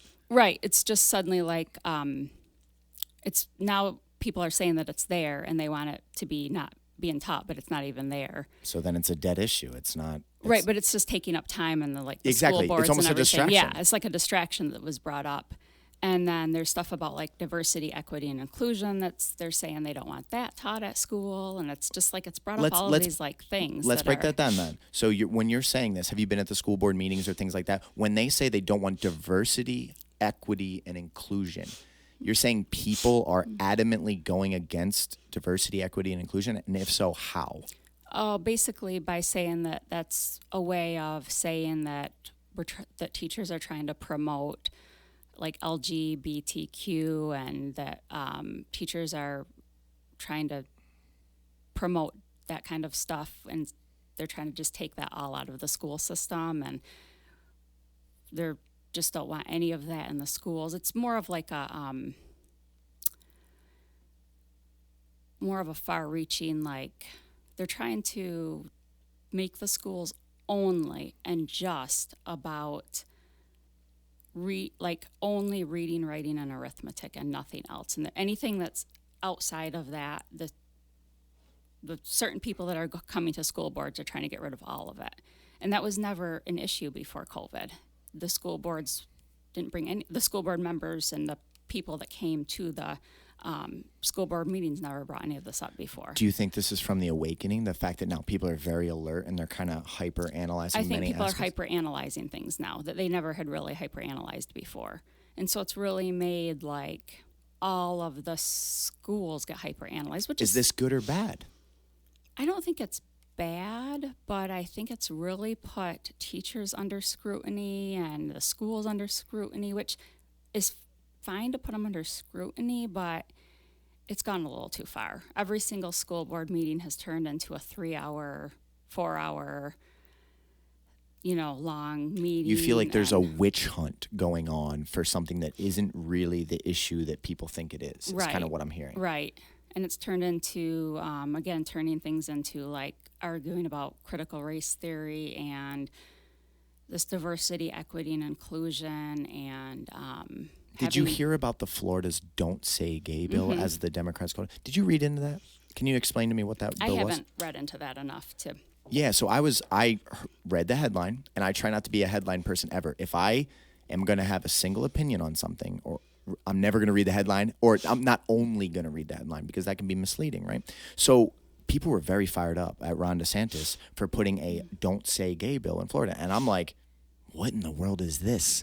Right? Like, this doesn't make any sense to me. I have tons of friends that live that lifestyle that are wonderful human beings. So if there's a resistance to that, I'm going to be against that. So I went and I actually read the legislation, the full document, to figure out, okay, what's going on here? All this document said was that they don't want any sexual orientation being taught to children between kindergarten and third grade. Not heterosexuality, not homosexuality, not any other sexuality. Don't bring it up to kindergarten. It was only restricting kindergarten through third grade. A kindergartner does not need to be discussing sexuality. If anything, it is our job to protect our children from your life's going to present all that stuff later. You don't need to tell a kindergarten kid about things that exist in society that we may not want them to experience. Prostitution, stripping, OnlyFans as a career. So I read the entire legislation, and all it was saying is we do not want children ages kindergarten through third grade to be discussing sexuality. The media took that, the bill that I read for every word, and they called it the Don't Say Gay bill, and they said that Ron DeSantis and the Republicans are attacking gay people. How in the world is that in any way attacking that group at all? But what happens now is people don't do the research. Right. I got angered. I got bothered by it. Right. I was like, are you kidding me? That is a terrible thing. But then I did the follow-up, and I was like, this is unbelievable. And this is like accountability that no longer exists for the media. Back in the day, I feel like the media had a certain obligation to be truthful, or people would really critique them. Now, maybe because we're so busy, we're so like go, go, go, go, go, you get hit with a headline or somebody tells you about it, you run off into the sunset. Sure. And you're misguided. Yeah. So when you say people are pushing back against diversity, inclusion, and equity, or any of these things, equality, do you have any specific examples of that? Because that's the one that really struck me that I remembered the most, where I was like, wow, that. But then when I actually did my homework, I was like, I'm in full support of this bill. Don't talk to my children. If you're a teacher and my son's in first grade or a kindergartner and you're starting to talk to him about his sexuality, I'm going to be upset.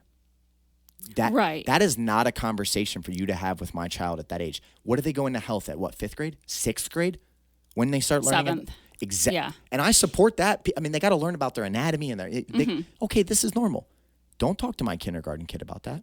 They need to know what box, to color in, what their alphabet is, how to formulate intelligent sentences, basic skills. Right. So I'm in full support of that bill. But then I had the media misleading me, telling me, no, there's these terrible people that are trying to attack the gay community. Again, misleading. And you know what that does? It undermines my trust in them. So now all of a sudden I'm way less likely to listen to anything they say because you're repeatedly just using these examples. So what are the ones that you see in real world that got you fired up that you can directly point to? Yeah, so I do understand that, off the top of you hear that bill and you're like, what the heck is going on, with that. I'm curious why a bill was made so specific. Why not kindergarten through 5th grade or kindergarten through 4th grade? I mean, you're right. I would agree with that. Maybe you extend it to 4th. Bill, maybe you extend. But no matter but what, I get what you're saying. Isn't that a good bill to exist? It's doesn't need to be grabbed onto as if we don't put it in law, though, right. we got to set things like that. Right. Don't talk to our kids about stuff like that. And it was right on the back of. Do you know where the bill came after? I don't. The pedophilia that happened at Disney.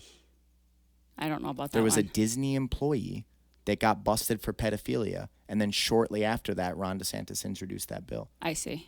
So it took me down a road I didn't even want to go down. But what a good idea. You know how predators take advantage of children? They groom them. Mm-hmm. At a young age, the kid's mind they don't know the evils that are in the world. They don't know the madness that is out there. If you got to be able to start talking to kids at a young age about very inappropriate things, that can lead them down the wrong path. Yeah. So I support the bill, and I agree with what you're saying. Make it to 4th grade. Why should we even have it in the curriculum or discussion at all until we get to a health class where it's like you have to teach them the basics of how the world works? But now all of a sudden the media grabs something. Sure. They fire people up. They say that there's this gay-hating community out there, and you're just angering people. And at the beginning of this podcast, you and I were talking about people are so fractured. That fracturing, I don't think is coming from us. I think it's coming from here. Right. And we have to be more aware of it. But maybe it's the fact that people are so busy, and how many people are going to read that and do the research? Right, the whole bill, yeah. So what are the things that you're seeing, from the school boards or in the specific things where you think there's an actual attack on what is right that we should change?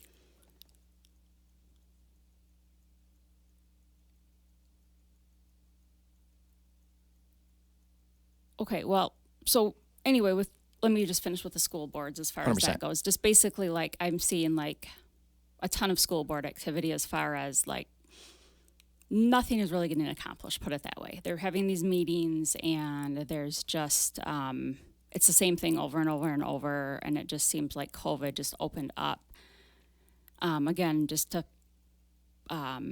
there's just nothing getting accomplished at them. And So we're just spinning our wheels. we're just, spinning our wheels at school boards. And it even seems like at the Board of Education, the monthly Michigan State Board of Education meeting has also been just a wheel spinning activity. There hasn't been Do the you same think thing. there are issues that need to be addressed, or you think things are fine and we're wasting our time? I don't think that things are fine, but it seems like now they're just bringing up issues that don't seem to be issues that need to be addressed, that they seem to be very concerned about things that are not issues to do with the curriculum or issues to do with things that they want to make changes. They seem to be grabbing onto just only these very specific issues, and that's all that they want to talk about. And it's much broader than that. And they've focused on a few small issues now, and it's just been spinning the wheels on it. That makes sense.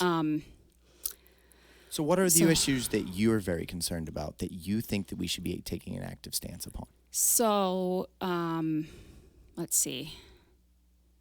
Issues that I'm very concerned about. Well, one issue I'm very concerned about is the overturning of Roe versus Wade. The Dobbs decision. as far as changing that from the federal to the states. So me and my fiance had a discussion about this, and I am I'm pro-abortion, and yet I lean very right, but I'm pro-abortion, which is usually anti, but I'm pro-abortion with laws. Okay, that state, the original challenge, as you know, was Mississippi, one of the last abortion clinics, challenged their right to do abortions after 15 weeks. Okay. They were still fully legal to do it before 15. Fully legal in Mississippi. But they challenged that they wanted to be able to do it after 15 weeks. That's where it gets wishy-washy for me, first of all. If there's any, like in New York, they were almost up to the week of birth. Right. You could have an abortion. I can't do. That's a little baby in your hands that hasn't opened his eyes the first time, but is, a little being. Yeah. That's a child at that point. That's not cells. That's a child. Of course. So the original challenge came on that. And I remember as soon as it went public that was going to be taken to the Supreme Court, I said to my fiance, I said, listen, I know you don't want to hear this. This is going to get overturned. And she was like, you're absolutely wrong. There's no way. I go, I'm telling you right now, I read the original Roe versus Wade. And Roe's case is not very strong because constitutionally, that power should never be a federal power. Not that I disagree with it. Sure. Because I believe that people should have that right. But constitutionally, you are going to struggle to find any legitimate legal scholar that can point to where that is protected. What's going to happen is they're going to revisit this. They're going to make a judgment, and they're going to pass it to the states. I think it's actually disastrous, but I believe that'll happen. And she was telling me, there's no way. Yeah. It's not going to happen. That's exactly what the Dobbs decision did. When you look at it purely as a piece of paper without human emotion, right, and you just say, constitutionally, is this a protected activity? You're not going to be able to find it. So now all of a sudden it goes to the states, and I think the fear is, oh, my God, they're going to take a tyrannical approach. And that's the same thing that, like, when I was talking about, whenever you give the power too much to the top, it's not good for us. Right. Right? So then all of a sudden it goes to the states. And now, in my opinion, and I could be completely wrong with this, I do not believe majority of red states will try to take away women's right to abortion. What I believe they will do is regulate to, like, hey, you can only do it up to a certain period of time. You can't do it the week before you're going to give birth. There's going to be rules, which I fully support, and maybe I'm wrong to do that. But at the end of the day, like, my mother could have had an abortion on me the week before I was born. I'm very glad she didn't. Right. There, at a certain point, we have to acknowledge there's a human being, and there has to be a certain amount of responsibility. And I don't know if you agree with that at all, or if you think the day before someone's born, you should be able to euthanize them. I don't know your opinion on that. But I did see that the Dobbs decision was going to make people incredibly emotional. And it goes back to the same, we can't keep giving power up. We have to take power from the top and pull it down. Otherwise, things will get worse. What was your opinion as that happened? Did you expect the overturn? And then what do you think are the ramifications of that? Yeah, I expected the overturn for sure. So you had studied the Roe versus... Yeah, I had said that to my mom, and she's like, nope, not going to happen. We were in the same boat. Yeah, and I said, nope, it's going to happen. So that did not surprise me. I was very grateful and happy to see Judge Cunningham's rule, though, at least to keep abortion legal and safe in Michigan until it's going to go on the ballot on November 8th. As far as like rules and guidelines and stuff, as far as like to what term and or how far along a woman is, and do you believe there should be some guidelines to abortion? I mean, it is the taking of another life at a certain point. I believe it should be up to a woman and a doctor as far as that goes. So even if there's no health issues, there's nothing going on, a woman just decides 3 days before this child's not coming into life. It's a full functioning child. You have a baby, heartbeat, it's thinking, its pineal gland is... See it like that. I don't really see that happening though in general. But if we don't set laws for it, then you allow it. Right. I guess that's like an area that I don't really... That's like such an area that I don't feel like even... People throw babies in dumpsters. Right. They do. People leave babies in fields. Yeah. People kill babies, starve them to death. Yeah, it would seem like... Those are evils of the world that I wish never existed. If I just snapped my fingers, they wouldn't. Yeah. If you don't put certain things, limitations in place, the extremists or different caliber people than you and I will do them. The thing is that people will do those things. You know, they will deliver a baby, in a bag. They haven't told anybody, and they will go somewhere and they will deliver the baby, and then they will dispose of it somehow, right? So as far as like I guess I don't know Should what the it be guidelines legal would to be. do that? You're right. So, but you would be open to at least the discussion to like, we should look at how we can set guidelines. There should be some guidelines. Like, I don't That's think how I that feel. any old, you should just be like, oh gosh, I'm due tomorrow and I just changed my mind and whatever type Adoption's things. an option. If you decide I can't be a mother right now and that baby's supposed to be due tomorrow, there's families out there that would give anything But this to is have their child. such an outlier of talking about a woman being, 3 days away from giving birth to a No, of healthy course. baby. It's what we need to talk about is the before 12 weeks when or I don't know the percentage, but when most women are going to have an abortion, it's going to be prior to 12 weeks. Or if it is a late-term abortion, there's going to be some sort of medical discovery where the fetus or the baby at that point is not going to be compatible with life. That's going to be determined by a medical doctor. I agree with you so much. But aren't laws supposed to encapsulate what is allowed? Well, sure. I know you don't want to look at the extremes. We don't want to look at what a murderer is capable of doing. Right. We have to have laws exactly that set limits on everything. Yeah. You know what I mean? And like I said, I am pro-abortion. I believe that to take that right from a woman is a fundamental right to living on this planet you have. Mm-hmm. And when people try to overstep that boundary, that is an incredibly that is so tyrannical. If you tell a woman you don't, that's tyrannical. I'm against any tyranny, left, right, indifferent, whatever. But we do have to have the ultra difficult discussions, even though they're gritty. It's like, yeah, but this might only account for 1%. That doesn't matter. Right. We have to set regulation. We have to say, this is definitely your right. Here's a time frame. Here are the things. This is what you can do. This is what you can't do. Just like we have laws for everything else in place. And if we could get to that middle ground, I think that's where we can fix the issue and make things better versus hard line yes and hard line no. Right. That just fractures people. Yeah. Yeah, no, I agree. I think that just when we're at this spot that we're at right now, we first need to just we need to figure out right now, just figure it out and make it where the majority of it happens. Like, let's get that situated and then,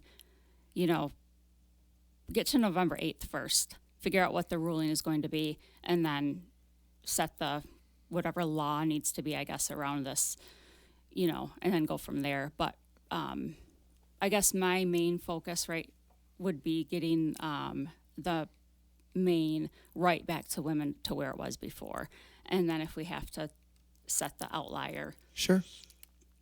And I agree. Can do that as well. I can 100% agree with that. And I think any healthy society, any population that comes together will resist tyranny, no matter what it looks like. So if you have one group saying, we will not allow you to do this, good people are just going to band together and say, we are not going to follow that. Right. And we will show you through the constituency and through the people that we won't do that.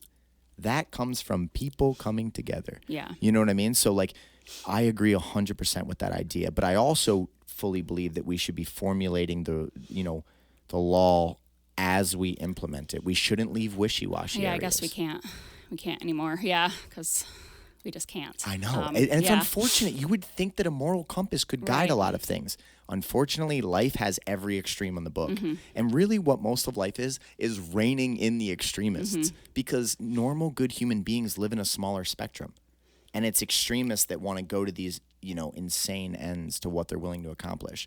We have to be like, no, we're going to rein it in. Right. Good people want these things. Right.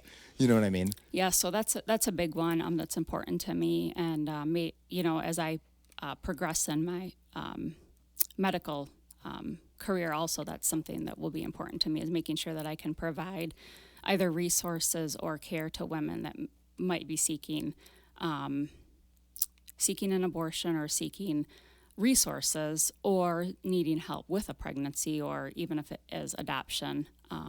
But that will be something that will be important to me to make sure I can provide 100%. That. And then they have all options and they have support and they know what they can do and what they can't do. And then they can make intelligent, informed decisions based on that. Right. Another thing that I think has kind of been a trickle-down effect from COVID is extremists as far as politicians and just people in general. Maybe I was living with my head kind of buried in the sand for a long time, but I did not know that these type of people existed. I agree. Prior to COVID. I truly agree with you, 100%. So that's been a little shocking to see. What do you think the examples are? Let's say in 2022, what are the extreme views that you think we need to be combating? Like this year, right now, as we lead up to November, what are the extremists that are directly impacting you when you make that statement? Like people or views? Probably views, probably viewpoints. You know what I mean? Multiple views. Because people are individuals. Yeah. Groups generate views. Well, again, like just with regard to like the abortion issue, as though, you know, just saying that like 100% it's, you know, off the table. Like a 12-year-old is raped and No, of gets course. pregnant, you know. That is absolutely. the opposite end. And I would say Right. I will resist that to the fullest extent because that's an extreme. And then they're going to say, well, that's the insanely Right. I don't care. You can't take away that person's right, period. As far as like, say, the Second Amendment goes, I'm not against the Second Amendment at all, but I'm actually doing a CPL class this weekend. So yeah, I do not believe that people need to have assault rifles, though. You know, I think people can have, although my husband has them. That's a whole different story. That's funny. Yeah. You know, or And why does he have them? Is he a collector? he's Does a collector. I was gonna He say, thinks they're fun. he probably like, believes. Now, let's say someone breaks in your home with a semi-automatic weapon. How does he protect your family without one? Oh, yeah, he would win with what we have. But he would win because he is well-trained, because he has the right to keep those arms, and because he is going to keep his family safe at all costs. Right. Imagine if he doesn't have that weapon. Yeah. Let's say the government says you're not allowed to have that weapon. Criminals don't follow laws. Yeah. Well, Let's say that's I true. go out and get a semi-automatic rifle and I bust in your door Yeah. and I know that you can't have one. Your whole family's done. Yeah. So it's a very, you know what I mean? Yeah. I mean, I get like the dichotomy that I'm speaking of, but like, I think there needs to be better regulation on the Second Amendment. Like, even if it meant like affecting our family, as far as like the types of What do you mean, like background checks or the type of weapon? the type of weapons. I don't think civilians need to have the assault level. Like, People always attack people for saying assault rifle because there's no such thing. But I know you're just categorizing like, you mean like I mean, you AR-15s, can- yes, which you is, can- that AR is an Armalite rifle. It's the same one that you use for hunting. It's just made to have a high capacity clip. It's made to fire at a semi-automatic or automatic rate, et cetera. But there's no such thing. Like, that's just a term that is often thrown out there, which Yeah. I know what you're just saying to categorize this group of weaponry. But at the end of the day, if you take it from your husband, the criminals will and can get them. You just disarm your husband. yeah. Well, I don't know how to fix that one, but It's a difficult Yeah. discussion. Yeah. I feel the same way. somehow that one needs to be modified, or something needs to be fixed in that one. I don't know the answer to it, but The difficult thing is guns exist. you're right. If I could snap my fingers and we could live in a utopia where guns were never invented and you Right. can't take someone's life by moving your trigger finger, I would do that in a heartbeat. But because they exist and because evil can possess them, you can't strip good people of their ability to defend themselves from that evil. Right. You know what I mean? And it's like it's almost like one of those things where there's just no great answer. Right. There's no great answer, but you can't take from good people. Because if a mass shooting breaks out, nobody with their bare hands is stopping a dude with a machine gun. Right. You need other people that are armed and capable. Yeah. You need strong people, whether it's a man or a woman that is highly trained, that can stop that threat. There's no win. There's Yeah. no win in a situation like that. Like the school shooting thing that's going on right now. How do you address school shootings? That I don't have a good answer for that one right now. I don't have a good answer for it. I would rather take armed security and people to protect our children, whether it was local policing units or it was special trained operations or former high-end military, and have them on staff at that school that you will not harm these children. But at the end of the day, let's say you put I was really shocked by this. I've done the Reaching Higher program multiple times as a mentor, and when I would go into the Fowlerville school, it said gun-free zone. I could walk in unchecked. No one said a word to me. I could go to any classroom, walk straight in, and not a single staff would interact with me until I was at a classroom. I remember looking around being like, this is a problem. Right. I am a good human being that is here to serve a good cause. Right. I'm here to mentor these children, to help them out. I can walk in completely unchecked to any room I want. Imagine if I came in with a weapon. Right. That is a problem. And putting our head in the sand, every one of those kids is in danger if we don't address that thing. Guns aren't going anywhere. Yeah. So what can we do when there's a wolf outside your door? Listen, here's a perfect example. If there's a wolf outside your door, right? We have a family together. We have kids. there's a wolf outside the door. We have a small dog, and we have a little child. And every day, I started noticing there was a wolf getting closer and closer and closer and closer to our property. Now, all of a sudden, the wolf's coming right up in your backyard. I love animals deeply. I have a dog that's like my child. Like, I love animals. I would never want to harm an animal. If I do not take action against that wolf when it eats my child, I can't. It was my ignorance. I might have to go out and shoot at the wolf a couple times. I might have to scare it off. If it keeps coming back and it's a legitimate threat to my son or daughter or small dog, I will kill it. I would never want to take an animal's life no matter what. But at the end of the day, to fight some type of predator, evil, whatever it is, to protect people, you may have to do things like that. So I think like the real way to address how do we protect children who deserve our protection more than anyone else. Those kids are being sent to a location. Their life should never be on the line. We have to take pro-action against that. You know what I'm saying? Because at the end of the day, go ahead, lock your door, bar the door. If I have a machine gun and I shoot at that door, the door's going to open. And I kick that door, it's going to open up. These are horrific things in life that we don't want to address. But you know what? When the wolf got close and I said, well, I hope it doesn't eat my kid. And then it's closer. And then I hope it doesn't eat my dog. That's living in an illusion. It's a wolf. It's going to take an opportunity to take a small child if it gets it.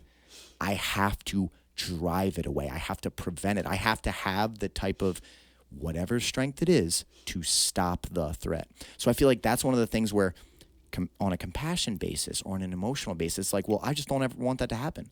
But that doesn't prep us. Yeah. We need to be like, how do we have real world solutions to keep our children safe? Because every single time that a child is harmed, it's not their fault. It is our fault for failing to protect them.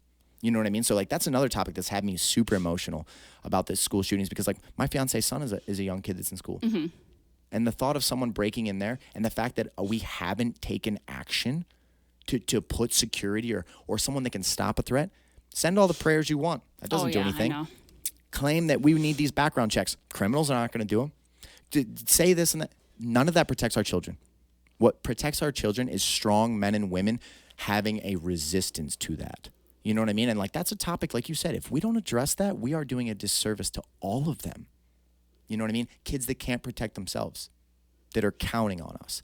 That's a huge topic we need to be solving. Yeah, I don't know the answer to it again. Like I said, what would you suggest? Let's say, how would you suggest we keep those children safe? I don't know if armed security guards is the right answer. I'm not completely against that. I don't know the right answer to that. I don't know if it's metal detectors. Yeah, but that checks the children. If I bust in the school, who cares if you have a metal detector? I have mean, the gun in my hand. Hey, bang. Right. Maybe it is the armed security guards. I can't believe it's come to that, I guess, that's what we have to do. Or it's always been that, but now we have a mental health crisis where we have more people doing crazy things. Yeah. It's almost forced us to come to a decision like, because you're right, I want to live in a world where that doesn't exist. I know. I don't want that reality. Yeah. But if we have that reality, you're not killing my kids. Right. Yeah, I'm going to do everything possible. Like in the Uvalde shooting, it took like a father in the community that was off duty to go in and take care of the shooter. And a mom to go in and get her kids. Are you kidding me? Yeah. No, like if there's not going to be security at the school, you need those children's deaths are on your hands if you do not put people in place to protect those children. Right. It's that simple. Right. And go ahead and say, yeah, metal detectors. That is an illusion. I am going to I'll walk right through the middle of the. Yeah. You know what I'm saying? Yeah. So I agree with you. These are massive. And if we don't address them and come up with real world tangible solutions, we're failing. We're failing people. And like we have to be proactive. We don't wait until it happens again to say, okay, you know what? Now it's time. But at the same time, are the schools going to put what kind of weapon will the security guard be carrying? Something that can go up against what the... It should be a legitimate weapon. If I give you a handgun and I get a machine gun and we're going to have a shootout, you are toast. That's what I'm saying. If the person coming into the school to do damage has something, which they do and they will, are we going to give a security guard a handgun or a taser? Or, I mean, they have to have a legitimate weapon. And 100%. That's the thing is there's a lot of, who knows, I mean... Are they going to be approved for that? How are they going to be trained? How much money are they going to be paid? Are they going to be there all the time? Do they parole the perimeter? Like, there's just so many, I don't know, there's so Yeah, many and there things to might be think about here. logistics to figure Yeah. out. But how good would it feel to know that like an ex-Army Ranger that is a Right. great man, and him and one other person are going to be at that school to make sure your children are safe. Yeah. And they're going to be on site. And you know what? Let me say you're a criminal, you're a mass murderer, you're a crazy person that thinks you're going to go in and harm children, and you know there are two Right. highly trained people with serious weaponry that are going to do everything in their power to make sure you can't harm those kids. You know what bullies don't like? Resistance. Mm-hmm. You know what crazy people don't want? People that can fight back. Mm-hmm. They don't want that. That's why people bully people. They look for victims. Mm-hmm. People that are rapists look for the weak. People that are power driven look to dominate. You can't stop them with the soft mentality. You put an iron fist with people like that and you say, no, you won't do that. You won't harm these children, or we will do everything in our power to make sure that you cannot. You know what I mean? Because you can't lead with compassion, which is what our natural instinct is. To be like, well, that just shouldn't happen. Right. That person doesn't care about Too good. late for that. Yeah. Exactly. People like you and I, they don't care about that sentiment. Maybe they want to make a statement. They are an extremist. They want to go out in a shootout with police. We have to be like, no, there is resistance to you. You know what I mean? If you try this, your life will be forfeit because you're not taking the lives of these children. And I agree there will have to be, again, we will have to hash out every single little aspect of it. You know what I mean? But then imagine at the end of that project, Pamela, how we would feel to go, we have actually implemented something that can keep these children safe. Right. That's amazing. We would sit down no matter what, left, right, no matter how you were, and be like, we've done something. No more thoughts and prayers. Right. That doesn't save kids. No. Action saves people. And I think the reason a lot of people get off course is we're so driven by our emotions that you don't even want that solution to have to exist. You don't want that reality to have to exist. But it's like putting your head in the sand. Yeah. If you put your head in the sand, you're keeping people in danger. And it's enough. Enough is enough. Period. Oh, yeah. You know what I mean? Period. I agree. Other issues that okay, let's talk about the Tom thing, okay? Because I had publicly shown support for Tom Barrett. I was blown away by the man that I met on the podcast, and I've interviewed so many politicians, and I always heard the political thing. And I've actually had multiple left and right people sit in this podcast, and then multiple of them afterwards asked me, can you donate to my campaign? Can you support? I haven't done it a single time, not once ever. But I was like, okay, on this podcast for the first time, like I'm doing with you right now, I actually heard a concerned man that is a family man, that has children in this community, that is married to his wife, that has a track record of 291 times he voted against his own party. 291 times he voted against his own party because he said, no, I can't. That's a part of my morals. I can't just broad stroke myself as just because I'm a Republican, I'm going to vote. I can't do it. I got to be reasonable and use my critical thinking. And I was like, this is not the norm. What I always witness is, oh, I'm on this side. Well, then that means I go with this. Oh, I'm Democrat. I go with this. I witnessed a concerned father. So I was very public about my support for him. And it's the first time I've ever done that with like a campaign member. You were adamantly opposed to that. I didn't know what interactions you guys has had, what you know about Tom personally, what makes you feel so against him. And that'll give me the balance to that argument. Well, normally in normal times, a person is a person aside from their party they affiliate with. You know, they are obviously human, a father. And he might be, I don't know him personally, he may be like a wonderful father, a wonderful husband. But he affiliates himself with some very bad people. And so I was taking most of what I know about him just through the people that he associates with. God, I thought you had had direct interactions with him and had like a terrible taste in your mouth from Tom. No. You haven't met him in person? I haven't met him in person. Who are the people that you are looking at where you're like, okay, this affiliation makes me very nervous? Yeah, so the affiliations that make me the most nervous with him is he had gone to like, political events with like the Mike Detmer, with Scott Pressler, I think his name is, or Presley. He's like a MAGA Trump guy. And a couple, some with like the Stand Up Michigan and that Garrett Saldana used to run with. Just some groups. So you're seeing the groups he's in. But now imagine this. Let's say I see you, Pamela. You go to an event because you're going to run for an elected office. I believe in you as a person. You're a concerned mother in the community. You want to make change. You want to do the right thing. at that same event, there's going to be people that are farther ends on the extremes. Let's say you go to a Democratic campaign. Imagine now some stranger seeing you go there and say, listen, I don't know Pamela, but the fact that she was around this person, this person, this person tells me that she's a bad person. That I would be like, there's no correlation that Pamela is a bad person. Of course, those people may also go to a campaign, but it's funny you brought up Detmer because I don't like that guy. And I'll make that very public. Like the stances that he takes and the way he's a provocateur and he tries to, I don't relate with that man in the first way. When I see him talk on Facebook and stuff, I'm like, this is disgusting. You're almost a plague on elected officials because you're eroding the trust that good people go for these positions. I spoke to Tom about that. Tom felt the same way. He was like, no, absolutely not. A lot of those ideologies are extremely corrosive. They are divisive. They will damage people, and they will sow distrust in both parties. We can't support that type of ideology. But now if you have people from the external side simply looking at correlation from location and saying, well, that must mean this, that is not a lot of substance. You know what I mean? If you go to a political gathering tomorrow, let's say there's an extremist there, and then I take them and I cast them on you. Sure. That is unfair to me because that's not who you are. Sure, and I understand that it was also, like his political stance is also like I don't agree with as far as like, his one on abortion is extremist and things like that.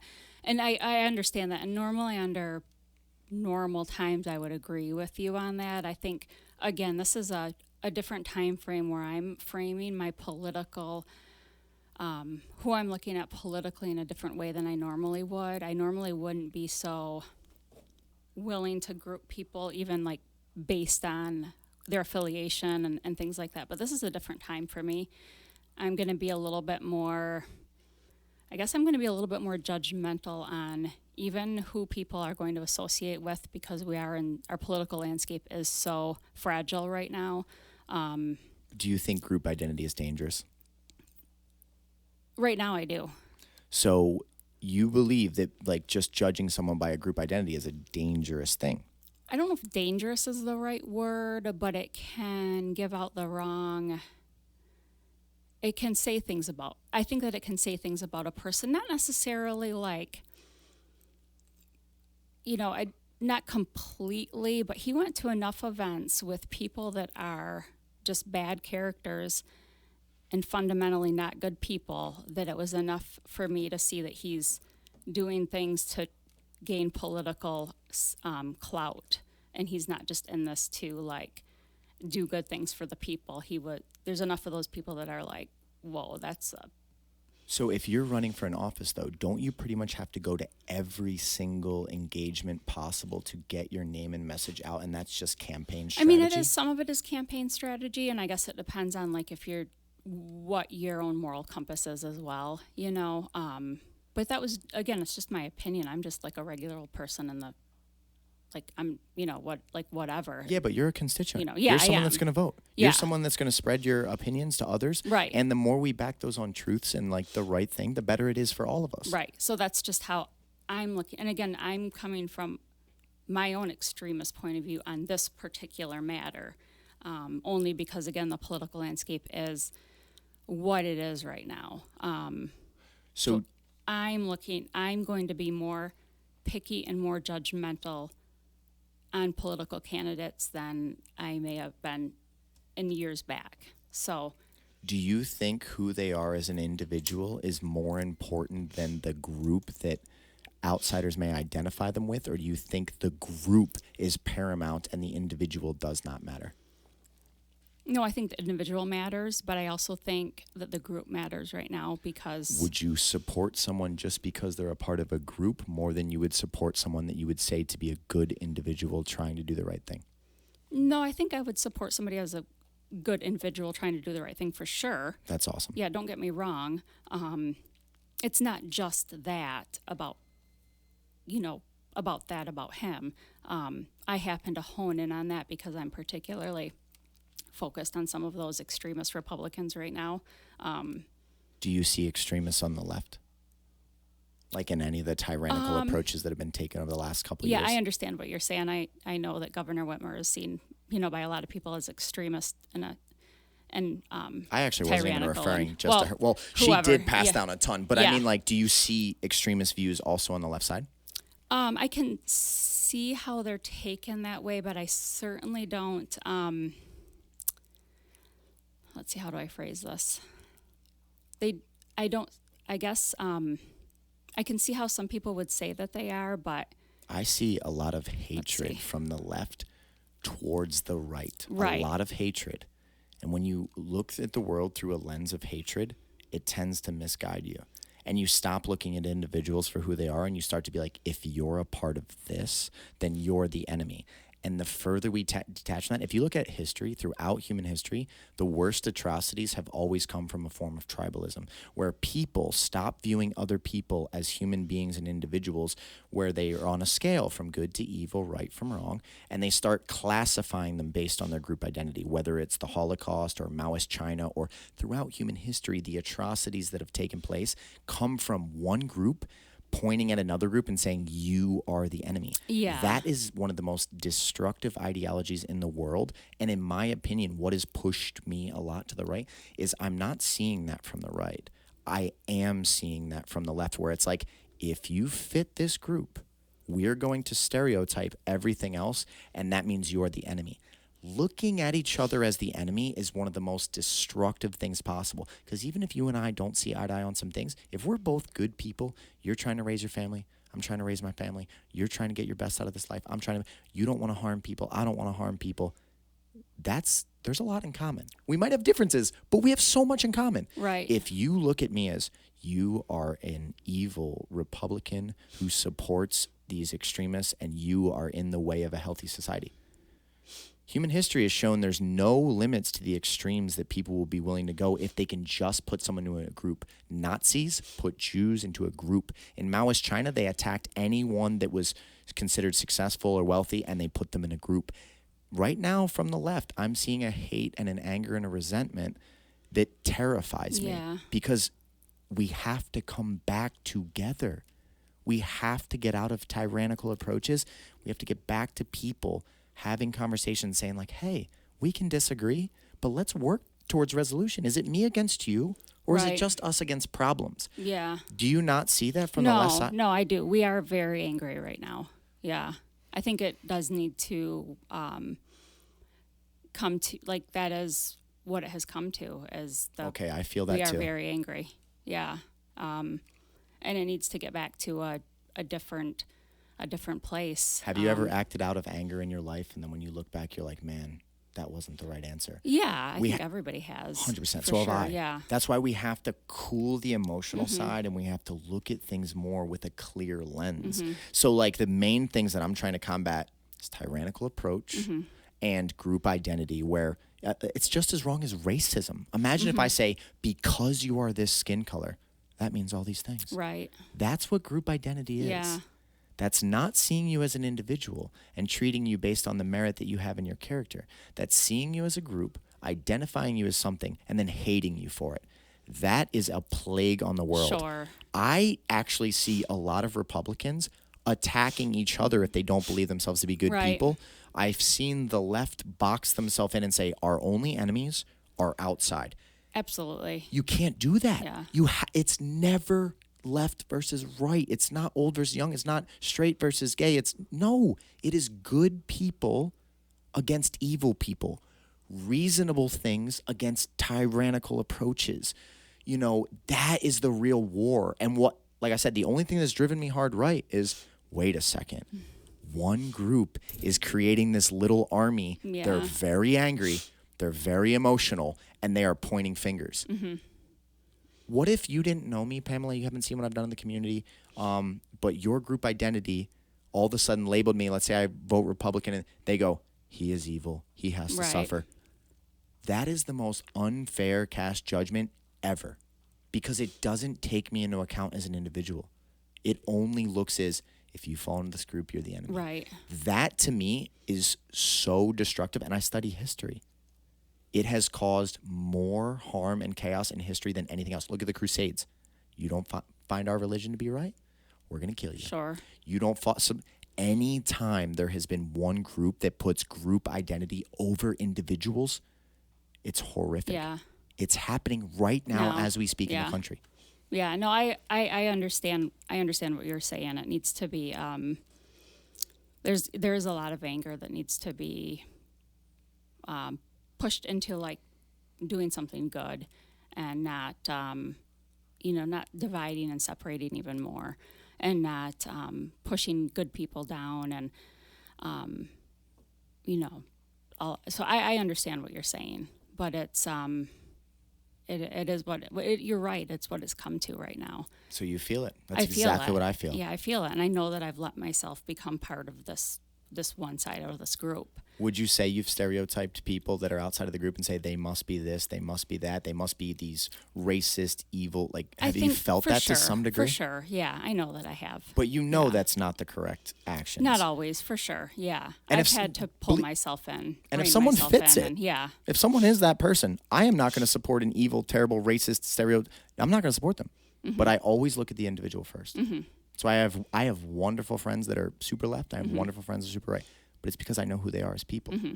You know what I mean? So, right. so I want you to know that, like, from what I've seen in this podcast, you and I barely differ. We have a lot of similarity, but what I'm terrified of is just different than what you're terrified of. Mm-hmm. We're both looking at different things. Right. I see the anger, resent, hate as being one of the most primal forces that drive us towards atrocity, and I see that mainly from one side.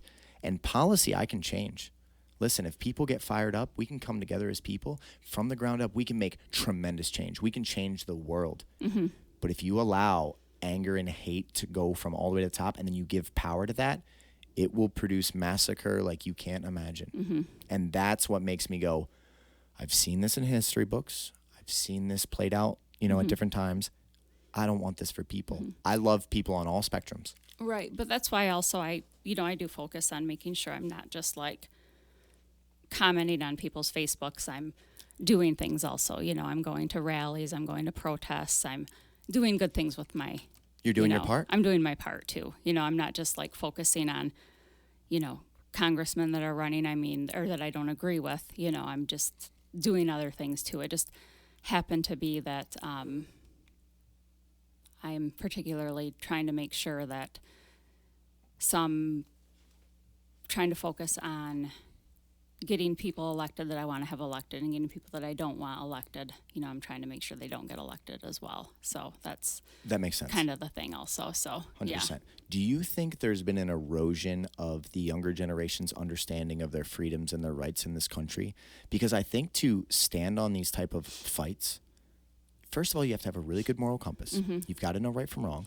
You also have to know the rules of the game. You have to understand the rights that you have in this nation. When I talk to a lot of young kids, they don't even know their rights. I, just for fun, recently tried to interview people and said, young kids, name me each part of the First Amendment. None of them could. Tell me what your Fourth Amendment rights are. Tell me what your Fifth Amendment rights are. Tell me what your Seventh Amendment rights are. They don't know. Oh, I don't even know all of them. I'm not even a young kid. So and these are the laws of the land. Yeah. And it's almost like people have been pushed so much out of the conversation of like getting involved, trying to steer the ship the right direction. Mm-hmm. We fell asleep behind the wheel. People are not informed anymore. Mm-hmm. Well, if you don't even know the laws of the land and like how the game works, how do you effectively work through it to bring about change? Mm-hmm. January 6th is the perfect example. Mm-hmm. Give me your opinions on January 6th. January... Because it's a very emotional topic, right? Give me your opinion on January 6th. So people, of course, have the right to assemble, the right to protest. But that was not an assembly. That was not a protest. That was an insurrection. What makes it different? It was a mass group of people felt a certain way. Obviously, a lot. The amount of people that showed up is unbelievable. Sure. An incredible group of people. Let's not even identify them right, left, anything. Let's take it as a basic example. An incredible group of people come together to exercise their first. But they were all from one group. Though. No, yeah, of course. But what I'm saying is, what if it would have been left? Is it not just as wrong? Is it only wrong because it was from the right? What if it was... Well, but we're talking about a specific day and time. Yeah. We're talking about a specific event. Sure. So let's talk about that event. Okay, let's break this down. So one group of people, which obviously there was a lot of, used the First Amendment rights, which is freedom of speech, the right to assemble, the right to address further grievances. These are all perfectly within their amendment rights. It's the First Amendment of the nation. It is one of the most crucial things that we can do is do what we're doing right now. Talk to each other and say the issues that we have. They come together to address this massive issue that this group has. Why are they insurrectionists? Well, they broke through the Capitol. That's the people that commit illegal. Crimes are completely irrelevant. If you and I go to a protest together, I went to the BLM protest down in Howell. Let's say some people commit crimes. Are we criminals? We didn't commit crimes. We were just there. We were using our First Amendment rights to support BLM. Are we criminals? Oh, well, the people that were not committing crimes, they were fine. So they're not insurrectionists? No. So they're just normal First Amendment. That's most of the people that were there. So there was just some examples of insurrectionists at the January 6th event. Whoever was on the periphery or just there to, like, I don't know, watch for fun or to take videos on their phone and then post on Facebook is fine. But whoever broke through the Capitol and when you say attacked broke the through, police and I had watched the video and there was extremely few examples of like attacking police, but they were almost let in. Walked through. There was lines of people walking through the Capitol. They were let in because the police didn't want to lose their lives. If I was in that position as a police officer and I was being overwhelmed, I would have let them in as well. Like they had no choice but to let them in. Have you watched the videos from the day? I did watch the videos. There was a couple examples of police having threats of violence. They just opened the gate. They just let the people walk in. What were they supposed to do? You have the National Guard that you can put there, which was declined by the I don't know the exact name of the gentleman right off the top of my head. You have the National Guard. You can't. I don't care what civilian you are. You put in a group of military troops and say, "Hey, we support your First Amendment rights. We see that none of those people were there. The National Guard and the military wasn't there. Why not? Everyone knew about it. Everybody knew it was coming. Why was the National Guard not involved on something that is so crucial? Because the President of the United States never deployed them to come there.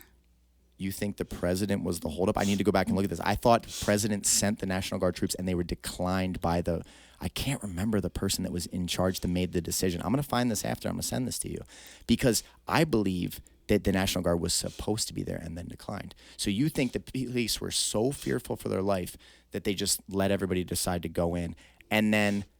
I mean, in general, overall, they were overwhelmed by the push. There was a lot of people. In, right. And so they had to get out of the way. They were going to get trampled. There wasn't enough police officers there. There should have been more. And so they got trampled on. And then they weren't. So then once they take down the barricade and they say, hey, we're going to let everybody be able to walk through the Capitol. We know you're upset. Every person that then walks forward who is being allowed by the security on site, by the police, is then an insurrectionist? I mean, we're getting in pretty gray area there. No, that's the beauty. We got to figure it out. Right. I don't know if you could. I don't know how they would parse out all of those details, but imagine me and you were protesting. What was the point of going there and walking in there? Like, why? What were they doing? I don't know. That was such a... I believe that they think the election was not accurate. Yeah. Because in certain places like Detroit, there was a spike of 300... Well, no, I mean, that was a rhetorical question. I mean... Oh, okay. So sorry, you do know. Yeah, sorry. I do. So, but like, remember in Detroit, there was 300,000... Or no, I don't want to mess up the number, but there was an insane number of votes that came in at 3 a.m. that made the line literally jump directly vertical the first time it's ever happened like that, ever in human history. Wouldn't you have some questions? Imagine if a Republican wins like that this fall. This fall, Governor Whitmer is winning the election. She's doing a great job. 3 o'clock in the morning, when they close down, kick everyone out of the TCF Center, nobody's there. All of a sudden, the Republican candidate shoots above in a vertical line. Are you going to have some questions? If I do, I'm not going to go storm the Capitol. You know, you've probably learned that lesson. But you might get together to protest. I might. Exactly. You've been to protests. Yeah. Now, what if I say you're an insurrectionist for doing your First Amendment rights? Why are you protesting what's already been decided? It's just all I'm trying to paint to you is it's a very slippery slope. Because like I said, the BLM protest, imagine if you took the BLM protest from Howell, there was a couple criminal activities. Let's say they decided to walk into one of the buildings down the courthouse. Right. They said, don't come in here. The police said, you know what? We don't want, this is too stressful. We're just going to let them walk in. You and I are there. We're supporting Black Lives Matter. We're supporting equality, right? Right. We go inside. We are now labeled terrorists or whatever label they want to turn on us. That is incredibly misleading. That is incredibly inaccurate. We were protesting with our First Amendment rights for a group of people that we believe in equality to the fullest. Well, at January 6th, they had, they like trampled with weapons and guns and things like that. You're talking about like walking in peacefully That's downtown. That's from not all what the they videos did. I saw, I did not see. I would love you to send me after this police getting run over. And I saw none of that. I actually saw them being I saw a man in a wheelchair being wheeled through the Capitol, helped out through. Yeah. How is that chaotic? Yeah, I guess we saw different. You didn't see any chaos. I No. saw just pure chaos. I And mean, I saw a destruction fired and- up crowd. I Yeah. definitely saw people very emotional. I saw a lot of people together. I saw no barricades trampled, rip this out of the way. Crap. I saw none of that. No, I saw something that the president directed his people to do that just lost the election. Oh, I remember. This is why Trump got banned off social medias, right? What did he actually say? Because remember, he got banned off Twitter and everything because of January 6th. They said he incited violence or something. Well, he told his people to do this, to do this. Voice their concerns. Come together. Use your That's First not Amendment. voicing your concerns. That was like violence and Do you remember exactly what he said? Because I would love to. I don't know if I remember. I tried to not listen to him very much. I don't remember the details, but it was basically he didn't want to accept that he lost the election and I went back and looked, though, at some point, maybe around March after it happened, and I couldn't find a single tweet where he said, be violent, I don't know if it was don't a respect tweet. police I think it was or anything. During his speech or something, during a speech or So something. you think you believe he actually said in some way, go incite violence? Maybe not so directly, but Well, then that's a dangerous road. Imagine if Yeah. you say something that you don't say anything about violence. You tell people, can you please come together to protest at the BLM movement that we're going to go to? And, you need to not take no for an answer. You need to go there, make sure you stand up for what's right, and be there. And someone says, Pamela, you just told them to be violent because there was an example of violence. You are now to be held accountable. You're banned from all social media, and you are the problem. No matter how much we might dislike that man, you can't let things become tyrannical. You know what I mean? Because it's just as wrong if that happened to you, or it's just as wrong as it happened to me or the but president. it's never happened to anybody else before because nobody's ever done something like that before. It's never happened Governor to a president. Whitmer led a protest to the Capitol building here before she was elected into office where she addressed grievances. She took a whole mob of people to fight for what she wanted. Did anybody get arrested? I don't know. I'll go back and look at that. Yeah. But let's say someone did get arrested. Is now she an insurrectionist? She was just 'cause trying. nothing happened. Nobody did anything illegal. Yeah, but what if one person does? That has nothing to do with her. Yeah, I'm just saying they just must have protested according to the First Amendment. But that's the same thing. It's just whether or not one person within that group does something wrong. Right. Let's say I go back and find that 3 people were arrested during that. Does that make her, the enemy? No. Not at all. Yeah, That's individuals that did the wrong thing that should absolutely be prosecuted. right. Absolutely. If you attacked a police officer, you should absolutely. Here's where it's a double-edged sword. During the BLM movement, the Minneapolis Police Department was burned to the ground. Yeah, I don't agree with any of that. And Now, does all for that the- mean that all the people that were assembling, because that happened, right? They got burned to the ground. So then was everyone that was protesting now a criminal? They burned a police No. station to the ground. Then I why just is said it? everybody on the periphery of January 6th wasn't. They were fine. They What were about just, the people that stood alongside the police department? They didn't light it, but they stood right there. They supported it, which there was countless. Should they be prosecuted? Nope. Why not? They were just doing their They're First right Amendment there rights. next. Yeah. They're watching a police station be burned to the ground. I mean, these are extreme examples. I'm taking both extremes. I'm taking Right. the most extreme right Yeah. example, which I've never seen more than this example, Mm-hmm. and then I'm taking the most extreme left example. What I'm trying to point to you is bad people should always be punished, Right. but you cannot punish a group based on individual action. You have to hold individuals accountable. Mm-hmm. Otherwise, it leads into that group mentality punishment thing. You know what I mean? Mm-hmm. If a good friend of mine here goes to a local protest and some violence breaks out with some of the protesters, that does not mean that my friend is a violent whatever. Right. You know what I mean? So it's Yeah. just a slippery slope. But what I'm trying to paint very clearly that I want to do through this dialogue is we have to look at individuals. Right. And we have to always put the truth at the forefront. When you start stretching things, well, he didn't really say that.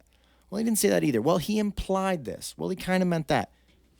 If we start being able to punish people based on what we think is implied, that is incredibly dangerous. The more we can stay in touch with reality and pull our emotions out, the better we're going to do as people. And I think the reason this conversation is crucial is November's right around the corner. It is, yep. What I would like to say is I don't care if you're going to vote left, independent, right, or indifferent. What I would implore you to do is look at individuals, make sure you're trying to support good people and good causes, and make sure that your compass is not distorted from anger, from resentment, from hatred. And that can happen on both ways, up, down, and sideways. You got to pull all that stuff out and you can say, okay, this has been a rocky year. 2020 was rocky too. But how do we take all those emotions out and say, okay, how do we fix these things together? Maybe I should have conversations with the people that are least like me so we can find that central ground. 100%. Yep. And then make a change in the right direction. So are there any other issues? By the way, I don't know if you realize this. We've gone for 2 hours and 15 minutes. Nice. We've shot a full-length feature film, which is amazing. Yeah, These type of dialogues are important for people to hear. Yeah.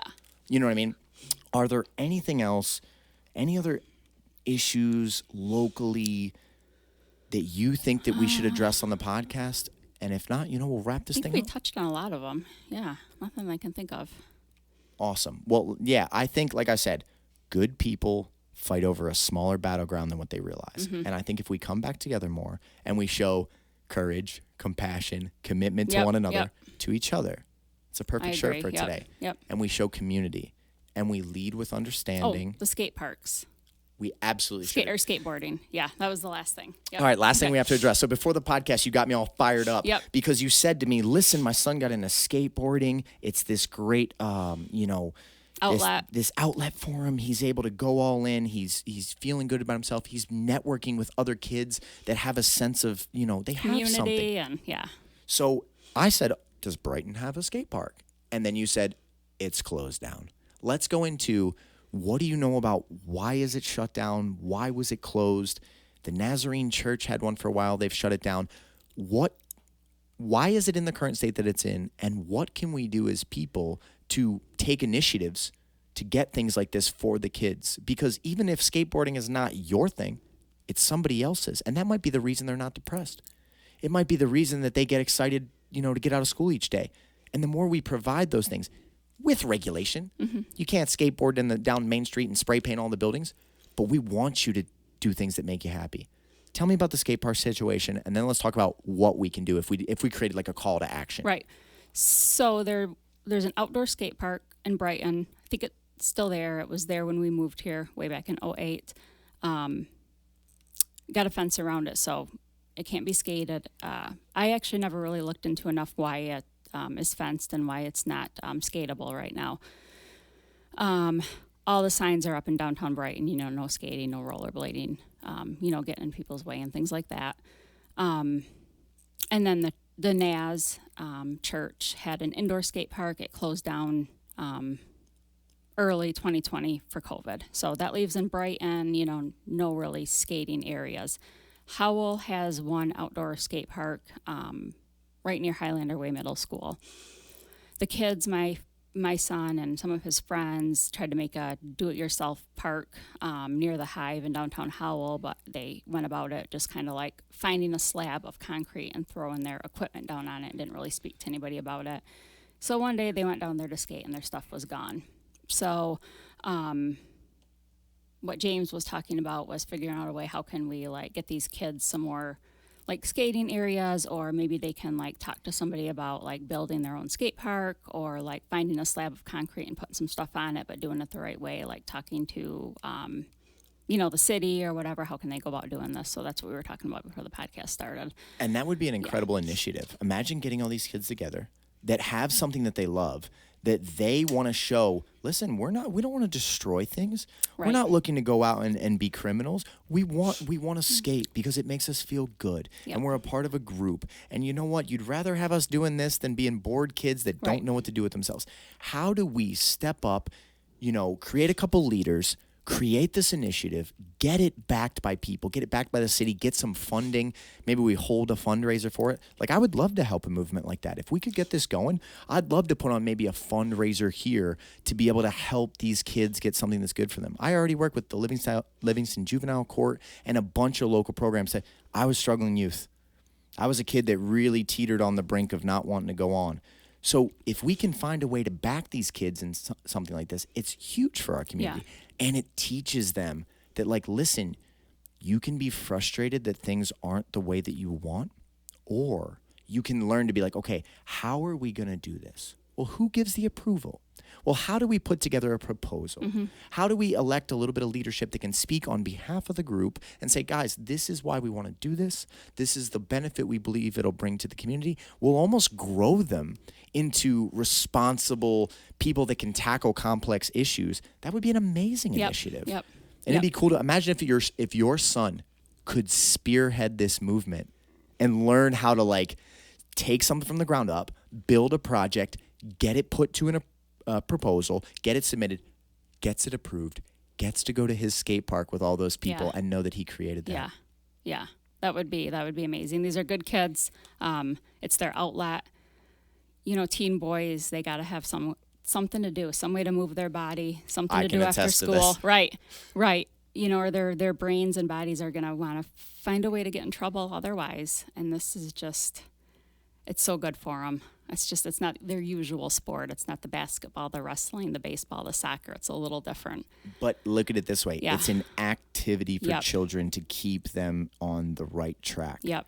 Right? So what I would say is, man, as a challenge to you, see if you can get this ball rolling. Yeah. And I'm more than happy to support this. I'd love to see. Imagine if we could be the ones that bring a skate park to life here in the community, and then all the kids got to say, like, wow, people cared. You know, it's like that baseball field, that movie, If You Build It, They Will Come. You'd be surprised at who shows up at skate parks. You'll have grown men show up with their skateboards. Their bones are creaking, their joints are creaking, and they fall, and you'd be like, you got back up again after that fall because they used to skate when they were younger.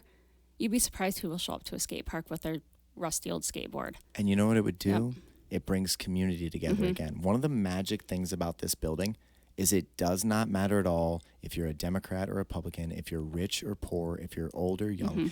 Everyone comes in this building, and they're just martial artists and people that are trying to make their life a little bit better, whether it's through their mind, whether it's through their body, whether it's through community. But I'm witnessing an example of people of every walk of life that come together, that hug one another, that treat each other with respect. And I go, if it can be done on this scale, it can be done on a larger scale. But it's never going to be done through hating one another. Right. It's never going to be done through group identity. Oh, you're this, that must mean that. Right. We need to come back together. Skate park would be a phenomenal project. Yep. Cool. So, Pamela, we shot a full-length feature film, 2 hours and 21 minutes. The editing that it's going to take me 5 hours to produce this episode. But I really think it was a great dialogue to show people that no matter where you fall in a line, you have to start having the conversations in the middle to try to find solutions. And if you can remember that it's never you against them, it is two people against an issue. Our politicians aren't going to do that for us. We have to do that. We have to say, no, we're not getting drawn into the anger campaign, because they figured out a while ago, you probably know this, people are driven by their limbic system, okay? They know that most people are not really driven by the way that they think.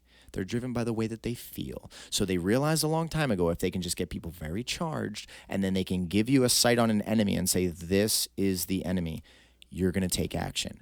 We need to go, we are not just animals being driven to a cause. We are people that want to put our intuition, our intelligence, our conversation ability first, and we want to work through very difficult issues. And guess what? I guarantee you, half the time the decisions will fall on, you know what, the left's idea on how to do this was the right answer. Let's do this. And half the time it's going to fall on, you know what, maybe it's armed security in schools, and maybe it's, abortion rights for all women up to this period of time. But that is where the magic happens. The more we go evil, good. It's unfortunately, life's not that simple. And I think we almost wish that it was. It'd be so easy if we could just say criminals are this. It's a wide range. Bad people are this. It's a wide range.